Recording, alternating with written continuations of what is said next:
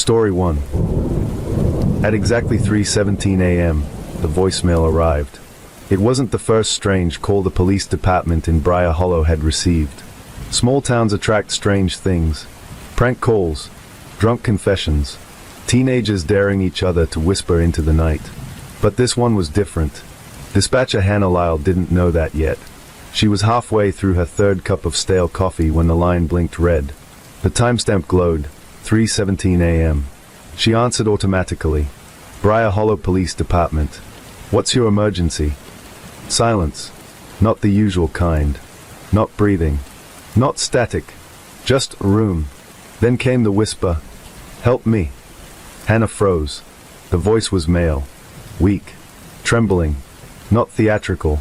Not exaggerated. Real. Sir, can you tell me where you are? A pause. Then something scraped. Wood against wood. He's in the house. Hannah's heart slammed. Who is in the house? The whisper came closer to the receiver. I can hear him walking. In the background, faint but unmistakable. A floorboard creaked. Hannah immediately began tracing the call. The system lagged. Rural routing. Spotty cell tower handshake. Sir, what's your name? The whisper cracked. I can't say it. He'll hear. Another creak. Slower this time. Measured. Like someone pacing. Sir, where are you hiding? A long pause. Then, under it. The line went dead. Officers were dispatched within 2 minutes. The trace returned partial data, a prepaid cell phone, last ping near Ashwood Lane, a quiet stretch of older homes bordering thick woodland. The property that matched strongest signal triangulation. 47, Ashwood Lane. Owned by Daniel Harker. Age 42. Local contractor. No priors. Divorced. No children.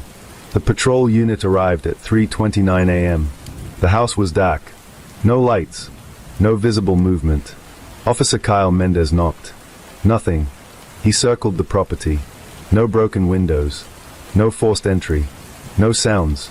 Backup arrived. They knocked again. Still nothing. At 3:42 a.m., they forced entry. The house was immaculate. Living room tidy. Kitchen spotless. No signs of struggle. Bedroom neatly made. Bathroom dry. No one inside. No phone found. No basement. But there was one thing that bothered Officer Mendez. In the hallway near the back of the house, one section of hardwood flooring looked slightly newer than the rest. He crouched. Ran his fingers across the seams. There were faint pry marks along the edges. Old. But there. He stood. Get the homeowner. Daniel Harker answered his phone at 4:12 a.m. Groggy. Annoyed. I'm out of town, he insisted. I've been in Cedar Ridge since yesterday morning. Job site. Can you prove that? Detective Mara Ellison asked. A pause. Yes. He could. Hotel receipt. Security footage from the lobby. Timestamped dinner bill. It checked out. By 7:30 a.m., the department had a mystery and no body. No missing person report. No blood. No disturbance. No basement. Just a voicemail. But Hannah couldn't shake the sound. The creaking. The pacing. And the final words. Under it. The recording was enhanced that afternoon. Forensics isolated background noise. There it was again. 3 distinct creaks. Spaced evenly. Back and forth. Back and forth. Back end. Stop. Then something else. A soft thud. Like pressure. As if someone had shifted their weight. On Elt. Mara replayed it 5 times. Then 10. Then she heard something new. A second sound beneath the whisper. Very faint. Almost layered. A rhythmic tapping. 3 short. Pause. 3 short. Pause. Over and over. She leaned back. Zoomed the waveform. They did. The tapping formed a pattern. Not random. Not structural settling. Intentional. 3. Pause. 3. Pause. Like a code. They brought Daniel Harker in for questioning 2 days later. He was calm. Cooperative. Mildly irritated. I don't know anything about a call, he said. My house was empty. Who has keys? No one. Anyone been staying there? No. You ever do renovations on the hallway floor? He hesitated. A few years ago. Water damage. From dishwasher line. Plumbing records showed no such repair permit. But in Briar Hollow, not everyone filed paperwork. Mara leaned forward. Daniel, if someone is inside your house, under your floorboards, we need to know how they got there. He laughed. Actually laughed. That's insane. Is it? His jaw tightened. You tore up my house. You didn't find anyone. Not yet. That night, Mara couldn't sleep. The tapping haunted her. 3. Pause. 3. Pause. She scribbled it down. Short. Short. Short. Short. Short. Short. She stared at it. Then her eyes widened. It wasn't 3. It was 2 sets of 3. She grabbed her phone. Dialed the forensics tech. Play it again, she said. They did. 3. Pause. 3. But now she counted differently. Not 6 total. 3. Pause. 3. But the spacing. 3 seconds. Pause. 3 seconds. 3:3. Her chest tightened. Check the timestamp again. 3:17 a.m. She went cold. 3:17. 3. 1. 7. What if the tapping wasn't 6? What if it was 3 taps? Pause. 1 tap. Pause. 7 taps. Her breathing quickened. Isolate it, she whispered. They enhanced it further. Filtered the frequencies. There it was. 3 distinct taps. A pause. 1 single tap. Longer pause. 7 rapid taps. Her pulse roared in her ears. The time the call came in. He wasn't tapping randomly. He was telling them when. Or where. Or both. The next morning, a missing person report came in. Filed by a woman from Cedar Ridge. Her brother hadn't shown up to work in 3 days. His name? Thomas Vale. Age 36. Last known contact. A job interview. With a contractor in Briar Hollow. Name listed on the email exchange. Daniel Harker. Mara didn't wait for a warrant this time. She got it within the hour. Ground-penetrating radar was brought in. The scan passed over the hallway. Then paused. There was a void. Not large. Not coffin-sized. Smaller. Tight. Cramped. Directly beneath the newer boards. Mara swallowed. Open it. The pry bar slipped under the seam. Wood groaned. Nails screamed as they lifted. The boards came up slowly. One by one. And then, the smell hit them. Not rut. Not decay. But something worse. Stale air. Sweat. Breath. The space beneath was barely 2 feet high. A crawl cavity. Artificially constructed. And inside, there were scratch marks. Deep. Desperate. And in the far corner, a cell phone. Prepaid. Battery dead. Mara's hands trembled. Where is he? Because Thomas Vale wasn't there. The cavity was empty. Except for one thing carved into the subflue above. 3 numbers. 3. 1. 7. Cut in jagged lines. From the inside. Daniel Harker was arrested that afternoon. But as they placed him in cuffs, he smiled. Not nervous. Not angry. Just satisfied. You're too late, he said softly. Mara stepped closer. Too late for what? He leaned in, voice barely audible. You heard him at 3:17. Her blood ran cold.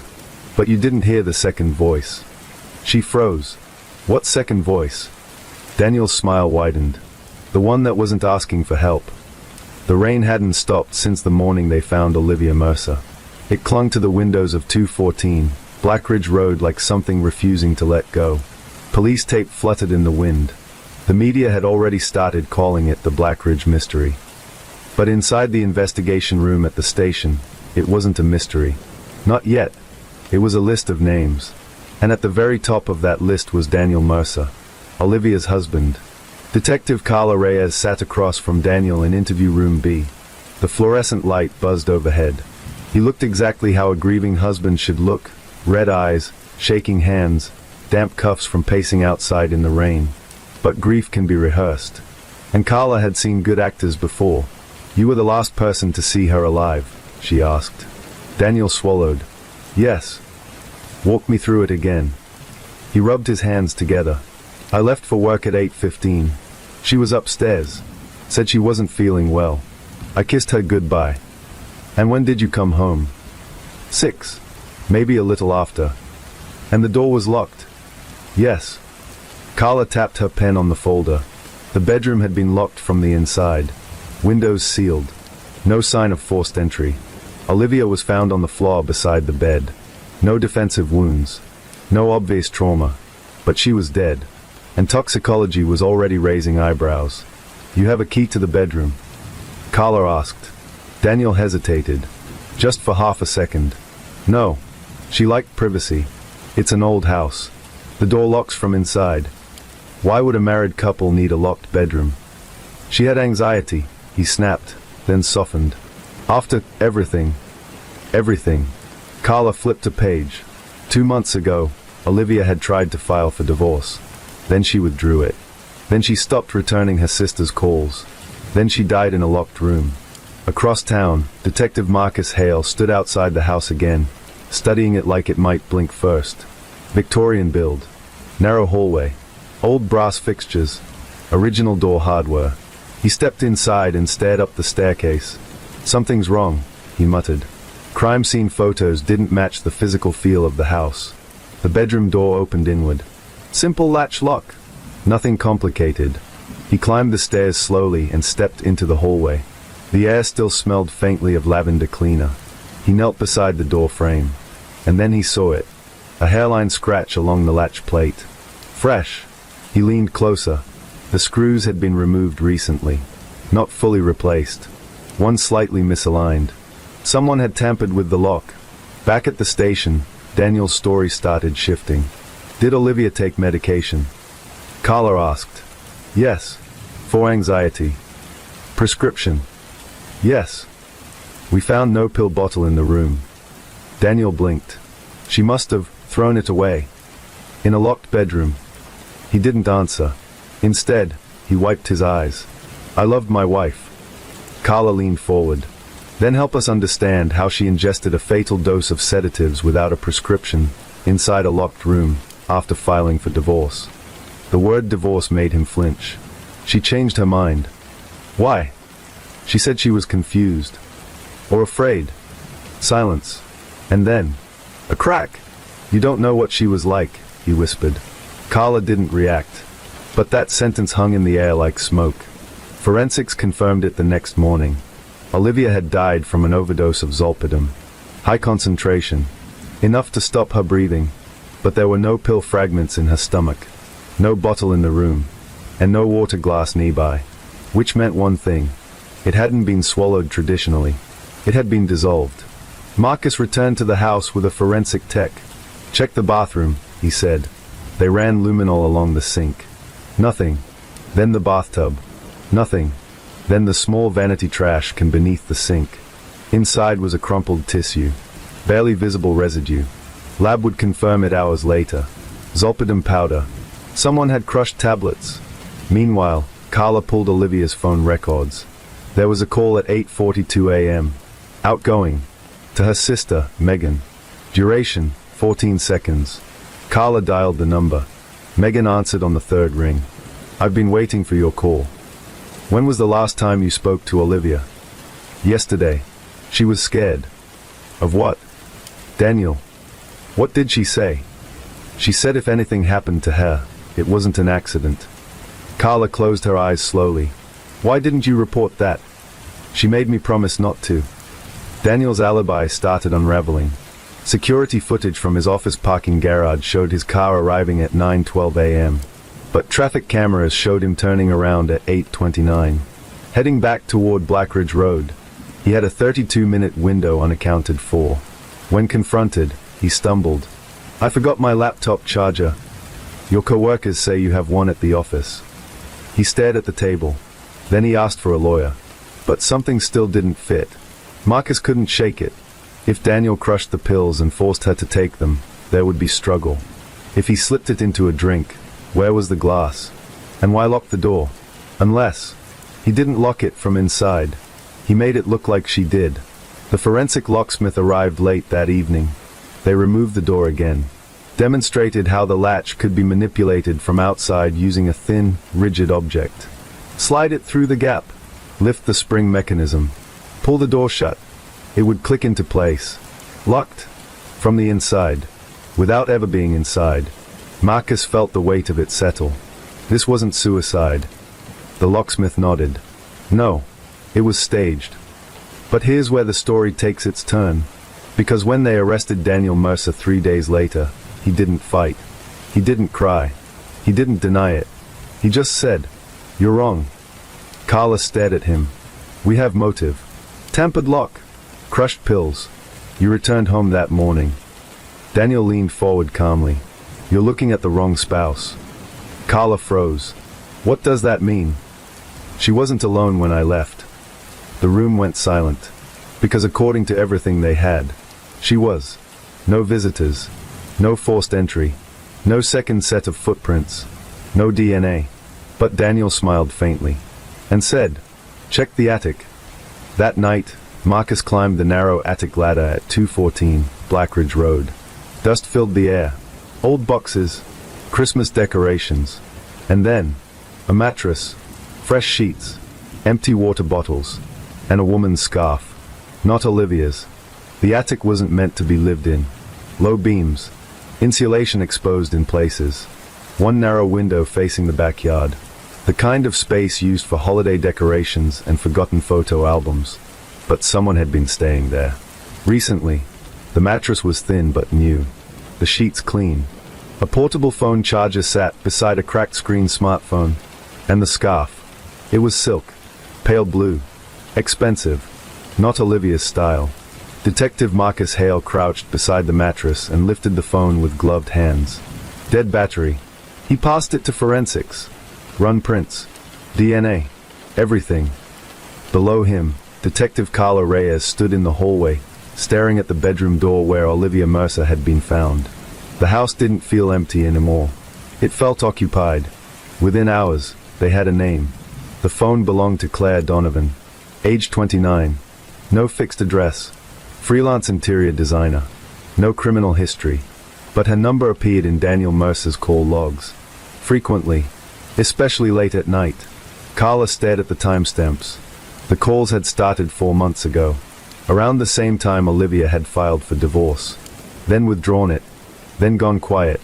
Daniel Mercer had asked for a lawyer. But when Carla returned to the interrogation room with Claire Donovan's name on her lips, she saw something flicker across his face. Not fear. Recognition.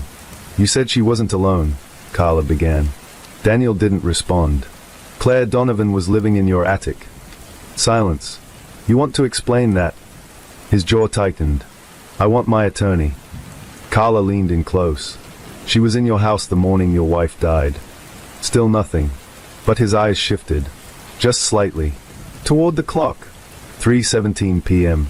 Carla felt the hairs on her arms rise. They found Claire the next morning. 3 towns over. In a roadside motel. Room 12. She didn't run. Didn't scream. Didn't even look surprised when officers knocked. She just said, "I was wondering how long it would take." Claire Donovan didn't look like someone capable of murder.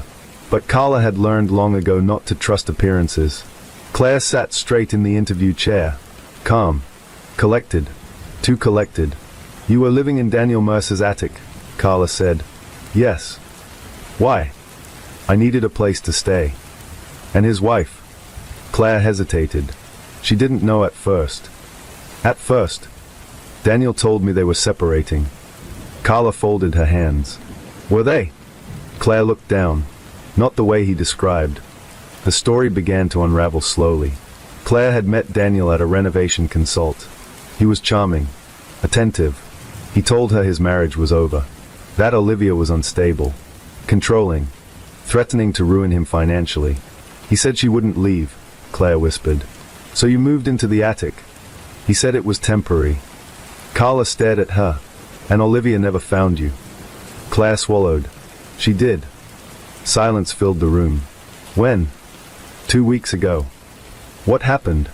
Claire's composure cracked. She screamed. According to Claire, Olivia had heard movement overhead late one night. Daniel wasn't home. She climbed into the attic alone. and found Claire sleeping. The confrontation had been explosive. Olivia threatened to call the police, to expose everything, to end the marriage for good. Claire had packed her things that night, but Daniel stopped her. He said he'd handle it, Claire said quietly. Carla leaned forward. What does that mean? Claire's eyes filled. He said she was fragile. That stress made her irrational. He said he'd calm her down. Did you see Olivia the morning she died? Carla asked. Claire hesitated. Yes. The word landed heavy. Explain. Claire's breathing quickened. I was in the attic. I heard them arguing. Around 8. What were they arguing about? Me. Carla didn't blink. What did you hear? Claire closed her eyes. She said she was leaving. That she'd tell everyone. That she'd make sure I never worked in this town again. And Daniel? He said she was overreacting. Then what? I heard something fall. Carla's pulse spiked. What fell? I don't know. Did you go downstairs? Claire shook her head. No. Why not? I was scared. But here's what didn't add up. Claire claimed she never left the attic that morning, but neighbors reported seeing a woman leave the Mercer house around 8:45 a.m. Blonde hair, blue scarf, Claire's scarf. Security cameras from a nearby gas station caught the same woman entering a convenience store at 9:02 a.m. She purchased bottled water and a pack of disposable gloves. Time-stamped receipt. Carla slid the photos across the table. Claire stared at them, and then her hands began to shake. You left the house that morning, Carla said. Claire whispered, yes. Why? I panicked. About what? Claire looked up, tears streaming now. She wasn't breathing. The room went silent. Carla's voice softened. When did you see her? Claire swallowed hard. After the argument stopped. It was quiet. Too quiet. I went downstairs. And? She was on the floor. Alive. I don't know. She wasn't moving. Did you call for help? No. Why not? Claire's voice broke completely. Because the pills were mine. Everything shifted in that moment. What pills? Carla demanded. Zolpidem. Carla's blood ran cold. You had a prescription. Claire nodded weakly. For insomnia. Where were they? In my bag. In the attic. Were they missing? Claire stared at the table. Yes. Daniel Mercer had no prescription. Olivia had no prescription. But Claire did. Which meant the source of the sedatives was in the attic. And Daniel knew it. When confronted with the new information, Daniel's lawyer advised silence. But Daniel couldn't help himself. He smirked. You finally figured it out, he said. Carla leaned across the table. You stole Claire's medication. He tilted his head. You're assuming that. You crushed it. Dissolved it. Gave it to Olivia. Prove it. Forensics did. Claire's pill bottle was found hidden in Daniel's workshop in the garage. Wiped clean, but trace residue of zolpidem dust was in the sink drain. And Daniel's fingerprints were on the workshop vise used to crush the tablets. Still, one question remained. Why lock the door? Why stage a suicide? And why let Claire take the fall? Because Daniel Mercer had planned for this. In his computer, detectives found a drafted email. Unsent. Addressed to Olivia's sister. Subject line. I can't live like this anymore. Written in Olivia's voice. Timestamped 2 days before her death. Daniel had been preparing a narrative. A depressed wife. An unstable marriage. A tragic overdose. And if suspicion fell elsewhere, there was a secret mistress with access to sleeping pills. A perfect secondary suspect. But Daniel made one mistake.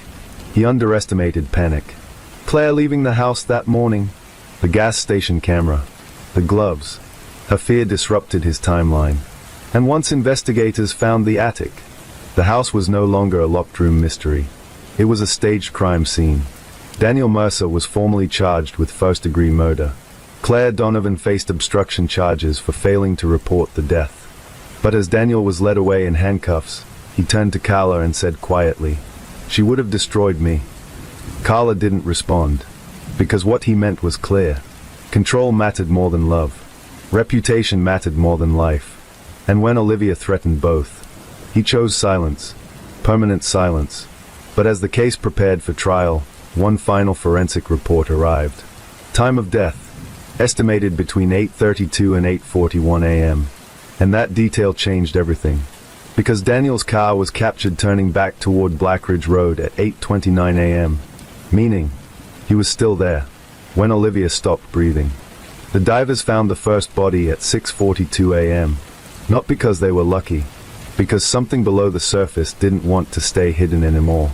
The lake at Black Hollow had always been unnaturally still. Even on windy days, the center held its shape like glass. Locals used to joke that it had a bottomless middle, that it swallowed things and never gave them back. Until now, when the recovery team pulled the corpse from 12 feet below the dock, the entire shoreline fell silent. Because everyone recognized her. It was Jenna Vale. Missing for 8 years. Declared legally dead 5 years ago. Still wearing the same silver bracelet she had on the night she vanished. But that wasn't what made the sheriff step backward. It was the rope, wrapped around her wrists. The rope was new. News spread through Black Hollow in under an hour. By the time Mara Whitlock reached the lakeshore, reporters were already gathering beyond the barricades. She flashed her press badge but kept her head down. This wasn't about the news. This was about the letter. The anonymous message she'd received 2 weeks ago. You were right. The water remembers. At the time, she thought it was a cruel joke referencing her old investigation, the one that cost her career in the city, the one where she insisted multiple missing persons cases were connected. No one listened, until bodies started surfacing. Now she stood 20 feet from a blue tarp that covered the first confirmation of her worst fear. Deputy Collins approached her, face pale. You shouldn't be here, Mara. I live here. He exhaled slowly. It's Jenna. I know. He stared at her. How? Mara didn't answer, because she didn't know how to explain that she'd been expecting this.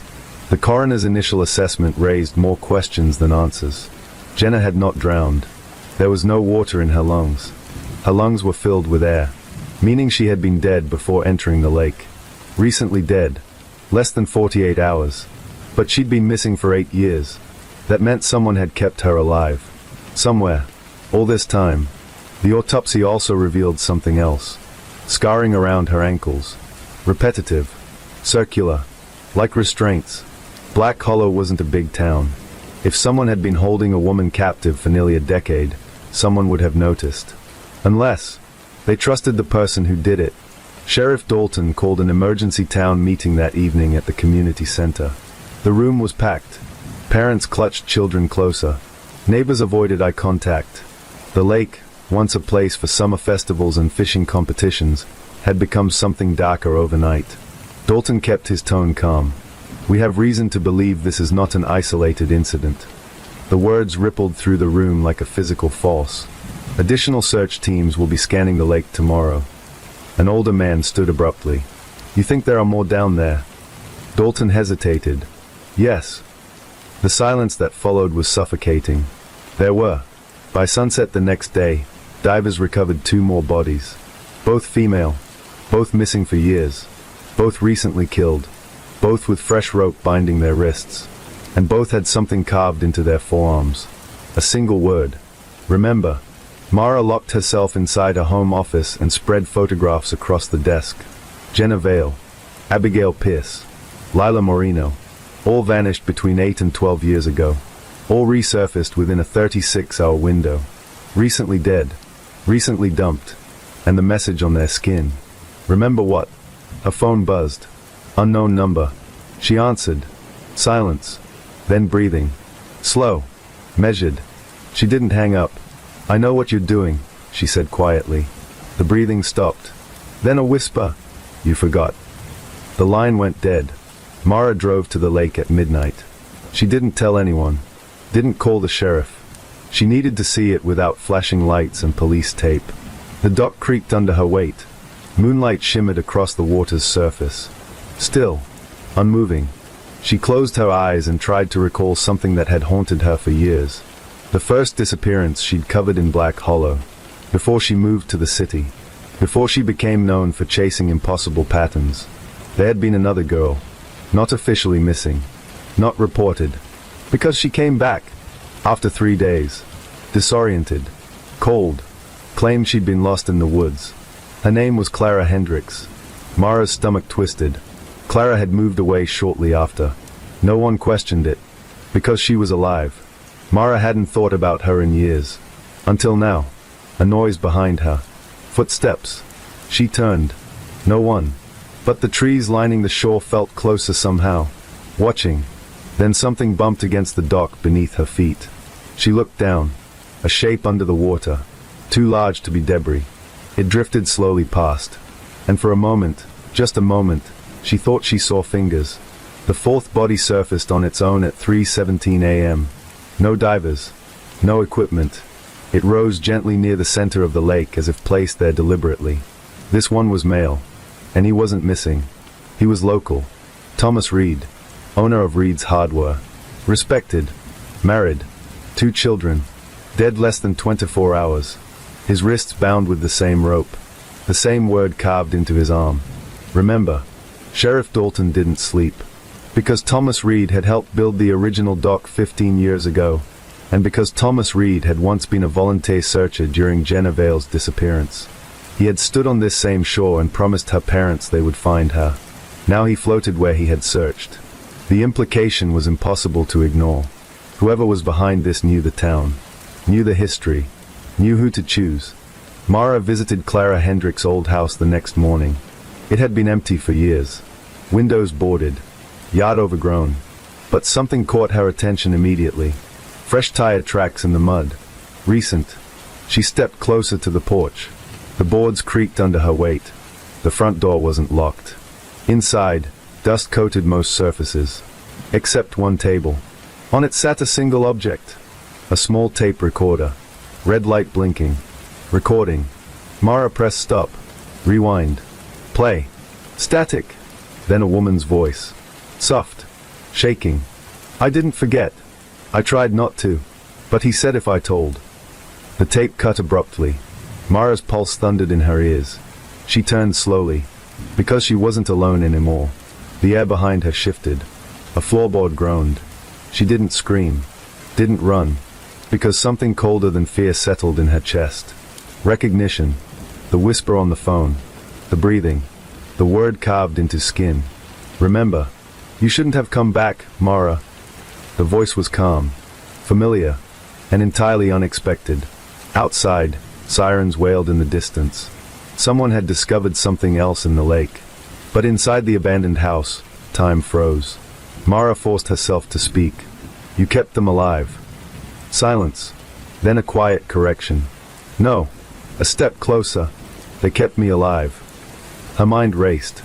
Clara. It had to be Clara. But Clara had been a victim. Lost in the woods. Missing 3 days. Unless she hadn't been lost. Unless she had been taken. And returned. Changed. You remember now, the voice whispered. And that's when Mara understood something horrifying. The bodies weren't resurfacing randomly. They were being delivered. One by one. As a message. To her. Because 8 years ago, Mara had written an article questioning the official timeline of Jenna Vale's disappearance. She'd suggested someone local was involved. Someone trusted. Someone overlooked. Her editor killed the story. Called it reckless. But someone else had read it. Someone who needed her to remember what she almost uncovered. The breathing was closer now. I waited, the voice said. I waited for you to come back. Mara's hand slowly slipped into her coat pocket. Phone. No signal. Of course not. You're killing them now, she said carefully. Finishing what he started. A pause. He's gone, the voice replied. So I'm cleaning the lake. The sirens outside grew louder. Closer. But still too far. Mara took a step backward. The floorboard beneath her heel cracked loudly. The voice moved faster than she expected. And suddenly, a hand clamped around her wrist. Cold. Strong. And trembling. You were supposed to remember, Clara whispered. I never forgot, Mara breathed. But the grip tightened. And that's why you have to go back in. Outside, Black Hollow Lake remained perfectly still. Waiting. And beneath the surface, something shifted again. Not rising. Not yet. But preparing. Because the lake wasn't finished. And neither was Clara. The camera would fade in slowly here. Soft rain, distant thunder, a shoreline swallowed by mist. And then, Blackwater Lake. By now, the town was fractured. 2 more disappearances in the span of 3 weeks. First, 16-year-old Dylan Moore, last seen riding his bike toward the old forestry trail. His bike was later found near the same shoreline where Lily Harper vanished. Then, school teacher Marianne Ellis.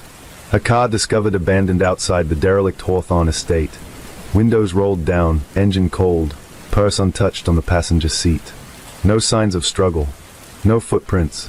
No fingerprints. Just silence. The kind of silence that feels intentional. Detective Aaron Hale hadn't slept in 36 hours. His motel room in Blackwater smelled like old carpet and regret. Crime scene photos were pinned to the wall with thumbtacks he'd bought from the gas station. 3 faces. Lily, Dylan, Marianne, all last seen near the same place. Blackwater Lake, and more specifically, the Hawthorne house. The Hawthorne estate sat on a peninsula stretching into the lake like a skeletal finger. Built in 1923 by industrialist Edwin Hawthorne, the mansion had once been a symbol of wealth. Now it was rotten memory. Locals claimed the house was abandoned after Edwin's wife, Clara Hawthorne, drowned in the lake under mysterious circumstances. Official record, accidental drowning. Town rumor, she was pushed. But what chilled Hale wasn't folklore. It was something else. Every disappearance over the past 20 years, 5 unsolved cases, shared proximity to that lake. He spread the old files across the bed. Names from different decades, different ages, different backgrounds, but the same radius. 1 mile from the Hawthorne estate. That night, Hale drove out alone. He didn't inform the local sheriff. Didn't request backup. Something about this felt personal. The road to the estate was cracked and narrow, tree branches clawing at his windshield like skeletal hands. Rain intensified. When the mansion finally came into view, it looked less like a building and more like a shadow pretending to be one. All windows dark, except one. Second floor. A faint glow. Hale's pulse quickened. The house was supposed to be empty. Condemned. He parked his car without headlights and approached on foot. The front door creaked open under minimal pressure. Unlocked. Inside, the air was stale and cold. Dust blanketed the floors, but that wasn't what stopped him. There were footprints. Fresh, leading deeper into the house. He followed them. Each step echoed louder than it should have. The faint light upstairs flickered. Halfway up the staircase, Hale felt it. That sensation. Being watched. He turned suddenly. Nothing. Just darkness pooling in corners. The second-floor hallway was lined with portraits. The Hawthorne family in black and white. But one portrait frame was empty. Glass shattered, as if something had been removed recently. The light spilled from the last room on the right. Hale's hand hovered over his holster.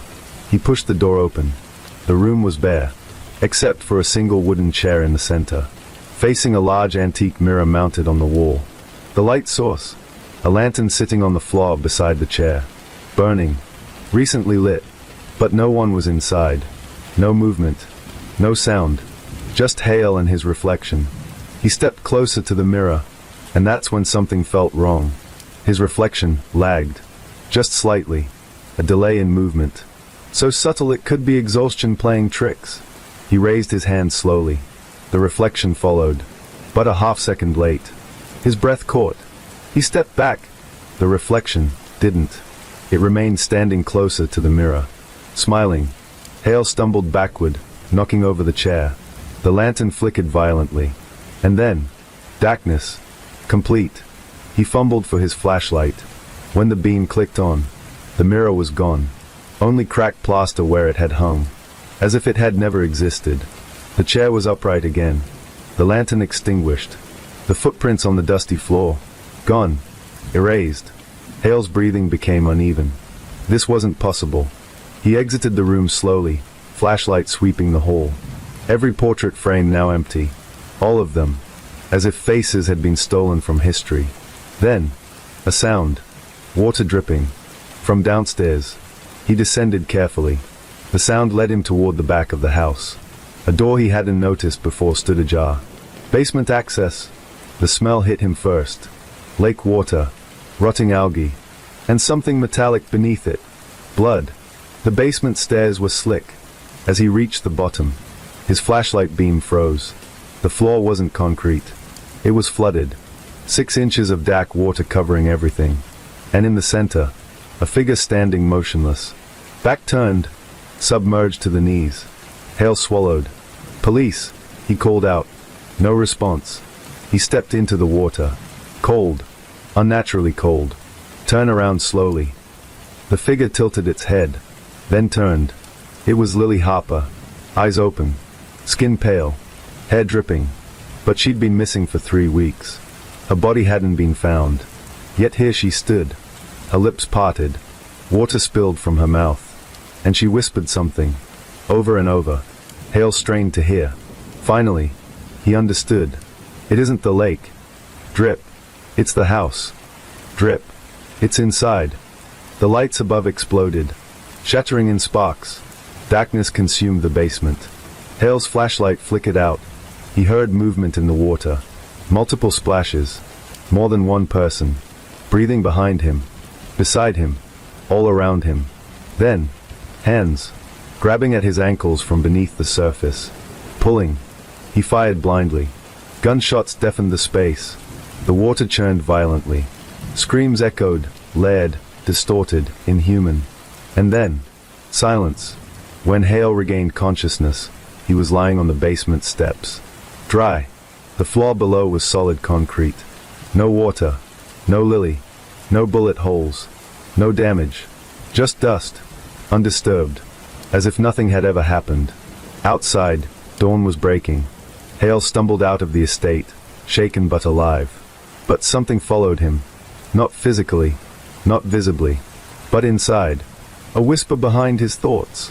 That night, back at the motel, he reviewed his body cam footage. It showed him entering the house, walking upstairs, standing alone in an empty room, speaking to no one, firing his weapon into empty air in a dry basement. No mirror, no water, no Lily, just Hale, alone. The department would call it stress, sleep deprivation, psychological fracture. But Hale knew what he saw, because when he paused the footage at exactly 2:13 a.m., there it was, in the corner of the frame. For one single second, a reflection in a mirror that wasn't there, smiling. And the next morning, another person disappeared. This time, Sheriff Thomas Briggs, last seen driving toward the Hawthorne estate after receiving an anonymous tip. His patrol car was found abandoned near Blackwater Lake. Engine running, door open, water dripping from the driver's seat. But the lake hadn't flooded. There had been no rain. No explanation. Just a damp seat. And a new silence. Blackwater wasn't dealing with a serial killer. It wasn't a drowning. It wasn't coincidence. It was something anchored to that house. Something that didn't need the lake to pull people under. Something that lived. Behind reflections. Inside walls.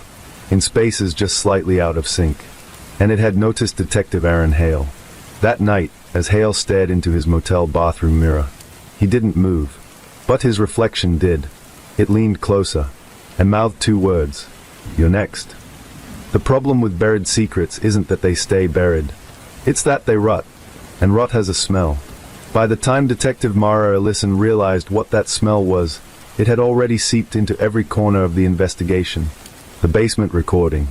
The voice in the static. The whisper that didn't belong to any of the victims. And the date. October 14th. The same date circled 3 times in red inside Thomas Hale's locked study drawer. The forensics report came back at 6:42 a.m. Mara hadn't gone home. She sat at her desk under fluorescent lights that hummed like insects, staring at the waveform printout as if it might rearrange itself into something less horrifying. It didn't. The lab confirmed what she already feared. The basement audio had been edited. Not recently. Years ago. The hiss and crackle weren't natural degradation. Someone had intentionally distorted sections of the recording. Entire phrases had been sliced out with surgical precision. Why would he damage his own evidence? Officer Reyes asked quietly. Mara didn't look up. He didn't damage it, she said. He had something inside it. They brought in an audio restoration specialist from the State Bureau. 3 hours later, they had something new. Not clarity, but enough. The enhanced track revealed fragments beneath the distortion, like a voice submerged underwater. A man. Not Hale.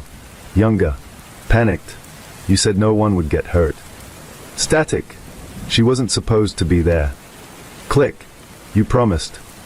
And then, this part made the entire room go silent. Thomas Hale's voice, calm and almost amused. I promise a lot of things. The date mattered. October 14th. They pulled city archives. 10 years ago. A warehouse fire. 4 casualties. Official cause, electrical fault. Closed case. Except one of the deceased was a 19-year-old intern named Lila Monroe. She had worked part-time at Hale's real estate firm, and she wasn't supposed to be at that warehouse. According to records, she'd been off that night, but she had gone anyway, to meet someone.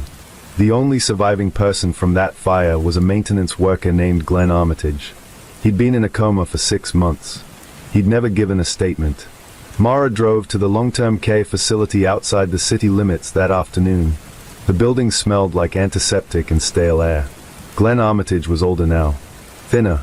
His hands trembled slightly when he held the plastic cup of water the nurse gave him. He remembered the fire. He remembered smoke. He remembered shouting. But when Mara mentioned Thomas Hale's name, something changed. His fingers tightened around the cup. He wasn't supposed to come, Glenn whispered. Who? The kid. The one yelling. He kept saying it was a mistake. Mara's pulse quickened. Do you remember what the mistake was? Glenn's eyes watered, not from age, but from fear.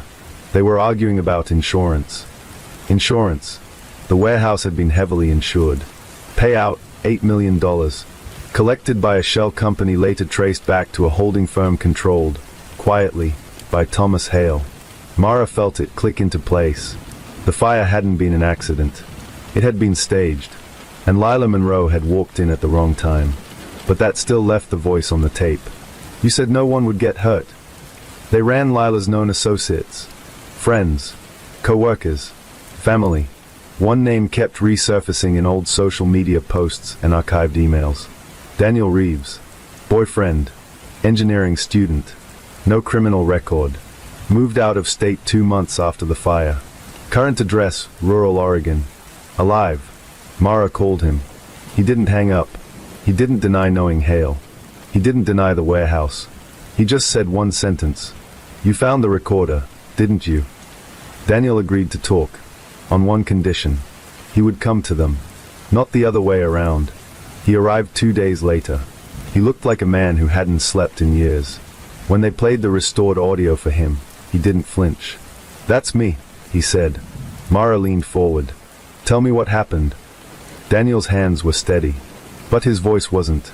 Hale approached me 6 months before the fire. I was designing small structural reinforcement systems for old buildings, cheap upgrades. He said he wanted a consultation. That warehouse? Mara asked. Daniel nodded. He wanted to know where the weak points were. What would fail first under stress? I thought he meant renovations. He laughed once. It sounded hollow. Then he offered me money. How much? Enough to clear my student loans and then some. For what? To look the other way. Daniel had discovered the truth 2 weeks before the fire. The insurance policy. The timing. The suspicious electrical upgrades Hale insisted on installing himself. He confronted him. At the warehouse. On October 14th. Lila wasn't supposed to be there. But she had found Daniel's notes. She'd followed him. And when Hale realized she'd overheard everything, Daniel swallowed hard. He locked the doors. The plan had been simple. Stage an electrical fault in the west wing. Trigger a contained burn. Collect insurance. No one inside. But Lila's arrival changed that. She panicked, Daniel whispered. She tried to run. And Hale? Mara asked. Daniel looked at her. He adjusted the plan. The wind moved through Black Hollow like it was searching for something it had lost. Sheriff Daniel Crow stood at the edge of the excavation site long after the crime scene technicians had packed their equipment away. The yellow tape fluttered in the cold October air. Beneath the harsh white floodlights, the earth looked wounded, raw and exposed. They had dug up 6 bodies from the abandoned orchard behind the Whitmore property. 6.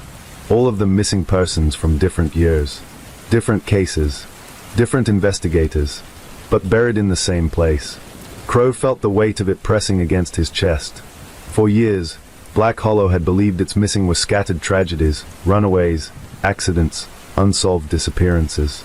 Now they were connected, and someone had been very careful. The pattern beneath the soil. Dr. Elaine Mercer from the State Forensic Unit had been the first to notice it. The graves weren't random. They were arranged in a pattern, almost geometric. Each body had been placed facing east. Each grave measured the same depth. The spacing between them was precise. This wasn't rushed, she'd told Crow earlier that evening. It was ritualistic, organized. Someone took their time. Ritualistic. Crow didn't like that word. Inside the sheriff's department, Deputy Aaron Pike paced in front of the whiteboard covered in photographs and timelines. All of them were reported missing between 2006 and 2019, Pike said. Different neighborhoods, different lifestyles, no known connections. But there was one similarity. Every single victim had attended the annual Harvest Lantern Festival at least once in the year they disappeared. And there was only one man who had been present at every single festival for the last 25 years. Elliot Whitmore, the man who never left. Elliot Whitmore had lived in Black Hollow his entire life.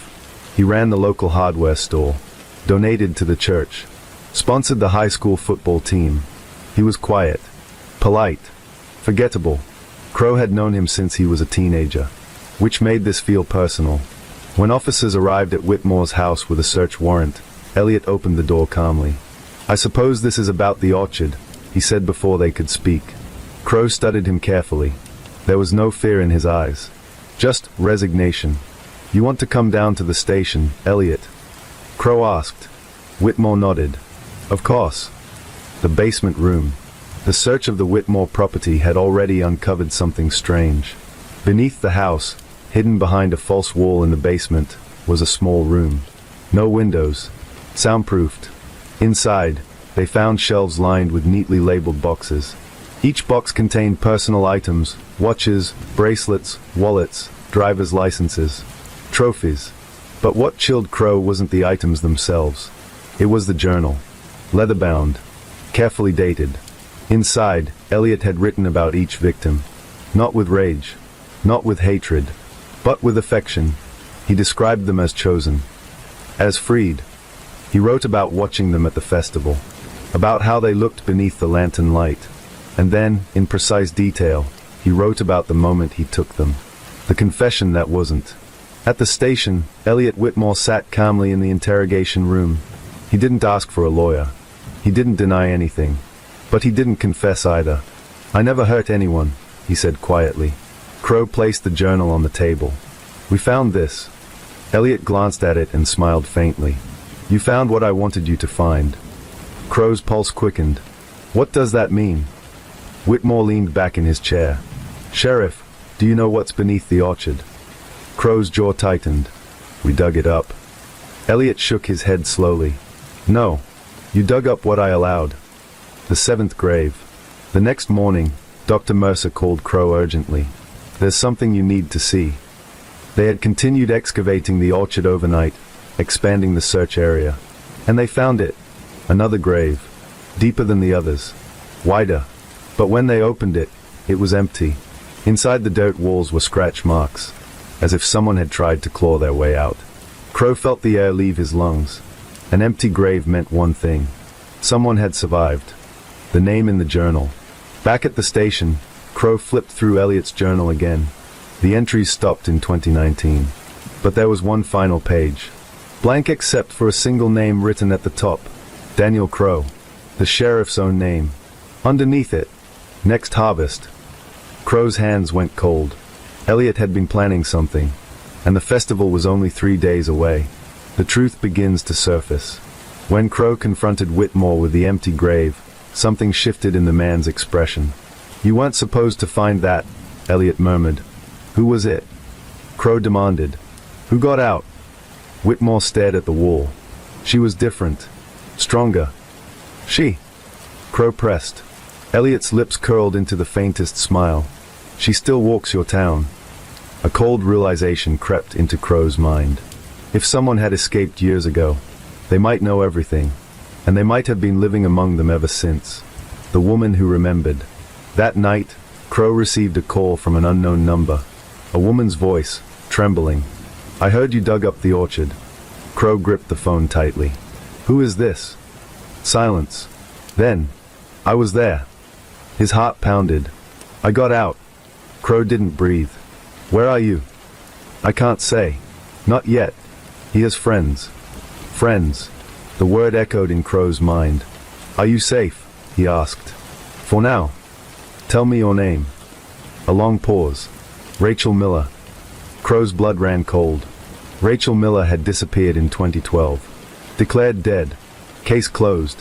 The final warning. Before Crow could ask another question, Rachel spoke again. "He's not alone," she whispered. The orchard wasn't just him. Crow felt the world tilt. "What do you mean?" "He didn't choose us by himself. They watched with him. They voted." "Voted." "The festival," Crow breathed. Rachel's voice cracked. "They're still doing it. Every year." The line went dead. Sheriff Daniel Crow stood alone in his office long after midnight. Outside, workers were already stringing up lanterns across Main Street. The Harvest Festival would begin in 3 days. If Rachel was telling the truth, Elliot Whitmore wasn't just a killer. He was part of something larger. Something woven into the town itself. And somewhere in Black Hollow, the next victim's name might already be written. The wind howled through the hollow like a warning.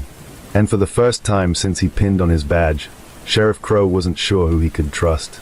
The photograph was taken 3 days before the fire. Detective Mara Iqbal didn't know that yet when she first saw it. All she knew was that it didn't belong in the evidence box labeled Hartwell Residence, Basement Recovery. The box had been sitting in storage at the county records building outside Ashford for 12 years. Long enough for dust to soften its edges. Long enough for most people to forget that a house on Briar Lane had once burned so hot it warped the mailbox across the street. Officially, the case was closed. Unofficially, it had never been solved. Mara only reopened it because of a clerical error. That's how the worst truths often come back, quietly. The Hartwell fire had killed 4 people: Thomas Hartwell, his wife Elaine, their teenage daughter Sophie, and their 8-year-old son Caleb. The official cause was an electrical malfunction. But there had always been whispers. Neighbors had reported shouting the week before the fire. A teacher at Ashford Elementary claimed Caleb had come to school with a bruise on his collarbone. A waitress at the diner on Route 6 said she'd seen Elaine crying in the bathroom the night before the house burned down. None of it had been enough. No accelerant was found. No forced entry. Just a house turned to black bone and ash. Mara was recataloguing old cold cases when she found the photo tucked inside the back flap of a sealed envelope. It wasn't logged in the original inventory, which meant someone had hidden it. The image showed a birthday party in the Hartwell backyard. Plastic tablecloth. Blue balloons. A cake shaped like a rocket ship. Caleb stood in the center, smiling shyly at the camera.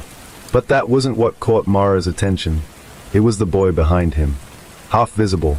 Standing near the fence. Watching. He wasn't part of the family. She was sure of it. His clothes were too neat. Too formal. Buttoned shirt. Dark slacks. Shoes polished like a school picture day. And his expression. He wasn't smiling. He was studying Caleb. Like he was memorizing him. Mara scanned the image and ran facial recognition against the state database. No match. She tried local school yearbooks from 2008 to 2012. Still nothing. Which meant one of two things. The boy didn't live in Ashford. Or he wasn't supposed to exist. She drove to Briar Lane that afternoon. The Hartwell house had been rebuilt. Modern siding. Fresh shutters. A swing set in the yard. A young couple answered the door. They'd moved in 5 years ago. They knew about the fire, but only vaguely. "It's just a story people tell," the woman said, shrugging. "Old town tragedy." Mara asked if they'd ever found anything strange during renovations. The man hesitated. "Actually," he said slowly, "there was something in the crawl space." He disappeared into the house and returned with a small metal tin. Inside were drawings. Crayon sketches on lined notebook paper. Every single one showed 2 boys standing in front of a house. One was labeled Caleb. The other was labeled, simply, M.E. But the handwriting wasn't a child's. It was too controlled, too deliberate, and in every drawing, the house behind them was on fire. Mara's pulse quickened.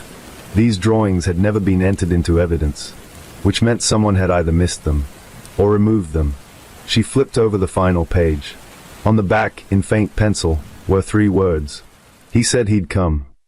She drove straight to the only person still alive who had worked the original case. Retired Detective Owen Briggs lived alone in a faded bungalow near the edge of Ashford. He opened the door with the slow suspicion of a man who no longer trusted knocks. When she showed him the photograph, his face changed. Not confusion. Recognition. "You found it," he whispered. Mara felt the air shift between them. "Found what?" she asked. Briggs stepped aside. Inside, his living room walls were covered in newspaper clippings. All about the Hartwell fire. All carefully arranged. "You said it was electrical," Mara said quietly. "It was the only explanation that stuck," Briggs replied. He pointed at the boy in the photograph. "That's him." "Who?" Briggs swallowed. "We called him the visitor." According to Briggs, Caleb had started talking about an imaginary friend 6 months before the fire. A boy who appeared in the yard at night. A boy who knew things. Private things. Caleb said he lived in the woods behind the house, Briggs said. Said he was waiting for something. Waiting for what? For the right night. Elaine Hartwell had reported the sightings once. Said she'd seen footprints near the tree line. Small ones. The report was dismissed. Kids have imaginations.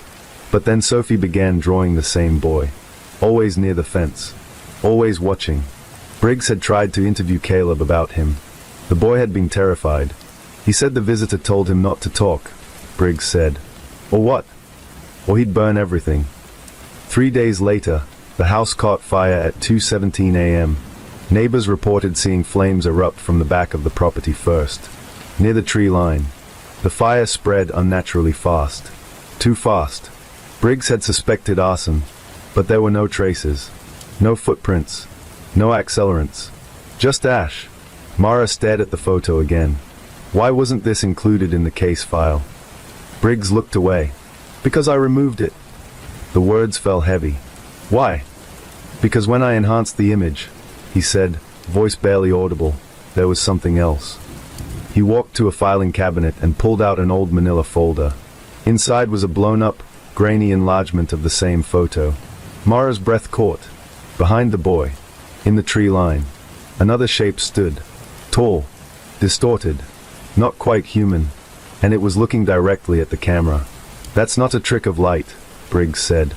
I had 3 analysts examine it. What did they say? They said it wasn't there in the original negative. Mara felt the room tilt. So it appeared after? Briggs nodded. And the negative? Destroyed in the fire. Silence pressed against the walls. You think it wasn't an accident, Mara said. I think, Briggs replied slowly, that something came for that family. Mara didn't believe in ghosts. She believed in evidence. But evidence didn't explain the boy who didn't exist. Or the drawings hidden in a crawl space. Or the second figure that appeared in an image after it was developed. She took the enlarged photo with her. That night, she laid it across her kitchen table. Studied every pixel. Every shadow. And then she saw it. In the reflection of the Hartwell living room window. Barely visible. A face. Not the boy's. Older. Watching from inside the house. Her phone buzzed. Unknown number. She let it ring twice before answering. Static filled the line. Then a voice. Soft. Childlike. You found me. Her blood turned to ice. Who is this? She demanded. Silence. Then. I said I'd come back. The line went dead. Mara traced the call.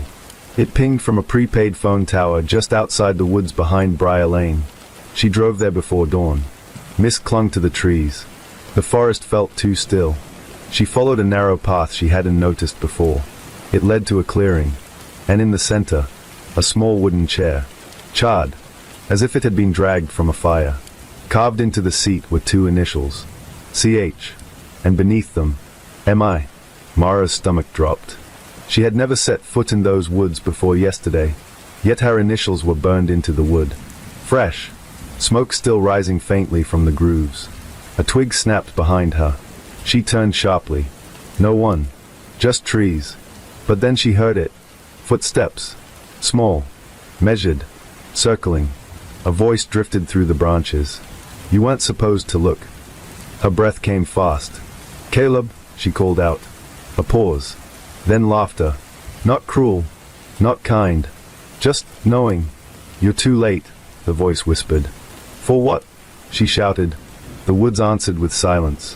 When Mara returned to her car, she found something on the windshield. A photograph. New. Printed on glossy paper. It showed her, standing in the clearing, looking at the chair, taken from behind, from the tree line, and in the corner of the frame. The same boy, watching her now, smiling. Back at her apartment, Mara locked every door, closed every curtain. She laid the new photo beside the old one. The boy hadn't aged. Not in 12 years. Not at all. Her phone buzzed again. This time, a text. Unknown number. 3 words. 3 days left. Mara's mind raced. 3 days. The same gap between the photograph and the fire. Was it a threat? A warning? Or a countdown already in motion? She opened the original case timeline. The Hartwell birthday party had been held on October 14th. The fire had happened October 17th. Today was October 14th. Exactly 12 years later. A knock sounded at her door. Slow. Deliberate. 3 times. She didn't move. Another knock. Then a child's voice from the hallway. Detective. Her throat tightened. I just want to talk. She forced herself to look through the peephole. The hallway was empty, but something blocked the bottom of her door. A folded piece of paper. She waited until the footsteps, if there were any, faded. Then she opened it. A drawing. Crayon on lined paper. 2 figures in front of an apartment building. One labeled Emmy, the other labeled Mara. And the building, engulfed in flames. Outside, somewhere in Ashford, a siren wailed in the distance. Mara looked at the clock. 2:17 a.m. Exactly. And for the first time since reopening the Hartwell case, she understood something with cold certainty. The fire had never been about the house. It had been about the witness. And this time, the witness was her. The storm returned the night they dug up the past. Rain lashed against the windows of the abandoned Grayson house, each strike like a finger tapping impatiently against glass. Detective Mara Ellison stood in the living room where dust floated like ash in the beam of her flashlight. The place had been cleared weeks ago after the fire, but something about it still felt occupied. Watching. Waiting. Beside her, Officer Grant shifted uneasily. You really think it's under here? Mara didn't answer immediately. Her eyes were fixed on the warped wooden floorboards near the fireplace. The fire report had claimed the blaze started in the basement electrical panel. But there was something wrong with that. The wiring had been tampered with, deliberately rerouted. And someone had removed the basement door entirely before investigators arrived. That wasn't panic. That was preparation. Get the pry bar, Mara said quietly. The hidden entrance. The floor gave way easier than it should have. Beneath the living room rug, beneath the charred boards, was a narrow square of newer wood. Different grain. Different nails. Recently installed. Grant wedged the pry bar under the seam. The wood cracked open with a splintering groan. A rush of cold air poured upward. And with it, the smell. Damp earth. Metal. Decay. Mara swallowed hard. There was never a basement on the blueprints, Grant whispered. There is now. They widened the opening enough to shine a light down. A ladder. Metal. Bolted into concrete. Leading into darkness. Mara descended first. The room below. It wasn't a basement. It was a chamber. Concrete walls reinforced with steel beams. No windows. Soundproof foam lining sections of the ceiling. And in the center, a heavy wooden table bolted to the floor. Restraint cuffs attached at each corner. Grant froze behind her. Oh my God. Along the walls were shelves. Neatly labeled boxes. Dates. Names. Mara stepped closer. Every label was a missing person. Some of them she recognized. People from surrounding counties. Cold cases stretching back over a decade. And then, the final shelf. 4 boxes, labeled in black marker. Liam, Chloe, Daniel, Evan, the Grayson commuters. The ones who vanished from mile marker 37. Her hands trembled as she opened Liam's box. Inside, a wallet, driver's license, a cracked phone, and a folded piece of paper. She unfolded it. 3 words written in frantic pen strokes. He watches everything. The camera. Grant was pacing now, pale. Who builds something like this under their own house? Mara didn't answer, because she had just found the camera, mounted high in the corner, disconnected, but intact, and facing directly at the table. This wasn't random, she whispered. This was controlled, organized, meticulous. She turned slowly, scanning the room. There's no blood. Grant frowned. Maybe it was cleaned. No, she said softly. There's no drain, no stain, no damage. If someone died down here. She trailed off. They didn't leave. The discovery. It was behind the far wall. Mara noticed the faint line first, the unevenness in the concrete. A false panel. Grant helped her push. The wall shifted, and then collapsed inward, revealing a narrow passage. The smell hit them first. Overpowering. Sickly sweet. Grant gagged. Mara forced herself forward. The tunnel opened into a second chamber. Smaller, darker, and filled with earth. Freshly turned. There were 4 shallow depressions in the soil. 4. Mara dropped to her knees and began digging with her hands. Grant grabbed a shovel from the tool rack near the entrance. The first body surfaced within minutes. Wrapped in plastic. Preserved. As if waiting. Grant staggered back. Mara peeled back the covering. Liam's face stared upward. Eyes closed. Expression almost peaceful. No visible trauma. No wounds. No blood. How? Grant whispered. Mara pressed trembling fingers against the cold skin. Then she saw it. A small puncture mark at the base of his neck. Precise. Clinical. The method. They found the same mark on each of the 4 bodies. Tiny. Almost invisible. But identical. This wasn't torture, Grant said hoarsely. It was execution. Mara shook her head slowly. No. She stood, wiping dirt from her hands. This was experimentation. Grant stared at her. What? She looked around the chamber again. The camera. The restraints. The organization. He didn't want them dead, she said. He wanted them contained. Why? Mara's jaw tightened. Control. The realization. It hit her like a lightning strike. The fire. The disappearance. The tampered electrical system. The missing basement door. Someone had known investigators would search the house. Someone had tried to destroy evidence. But not all of it, because whoever built this chamber wasn't dead. Grant blinked. You think the fire wasn't an accident? I know it wasn't. The Grayson house had belonged to Harold Grayson. A quiet man. Widower. No criminal record. Died 2 years ago in a car accident. Case closed. Except. Mara's mind raced back to the autopsy report. Minimal trauma. Closed casket funeral. Body released quickly to family. Cremated within 48 hours. Too fast. Too clean. What if Harold Grayson never died? She whispered. Grant stared at her as thunder cracked above. The DNA call. The lab confirmed it an hour later. The bodies in the chamber were indeed the missing commuters. Time of death estimated within hours of their disappearance. But the soil samples, they told a different story. The lower layers had been disturbed long before this year. Years before. Mara stood in the rain outside the house as her phone buzzed. Listen. The coroner's voice crackled over the line. We re-examined the autopsy photos from Grayson's accident. And there's something wrong. Her pulse quickened. What? The neck. The coroner hesitated. There's a puncture mark. The twist. Harold Grayson hadn't died in a car crash.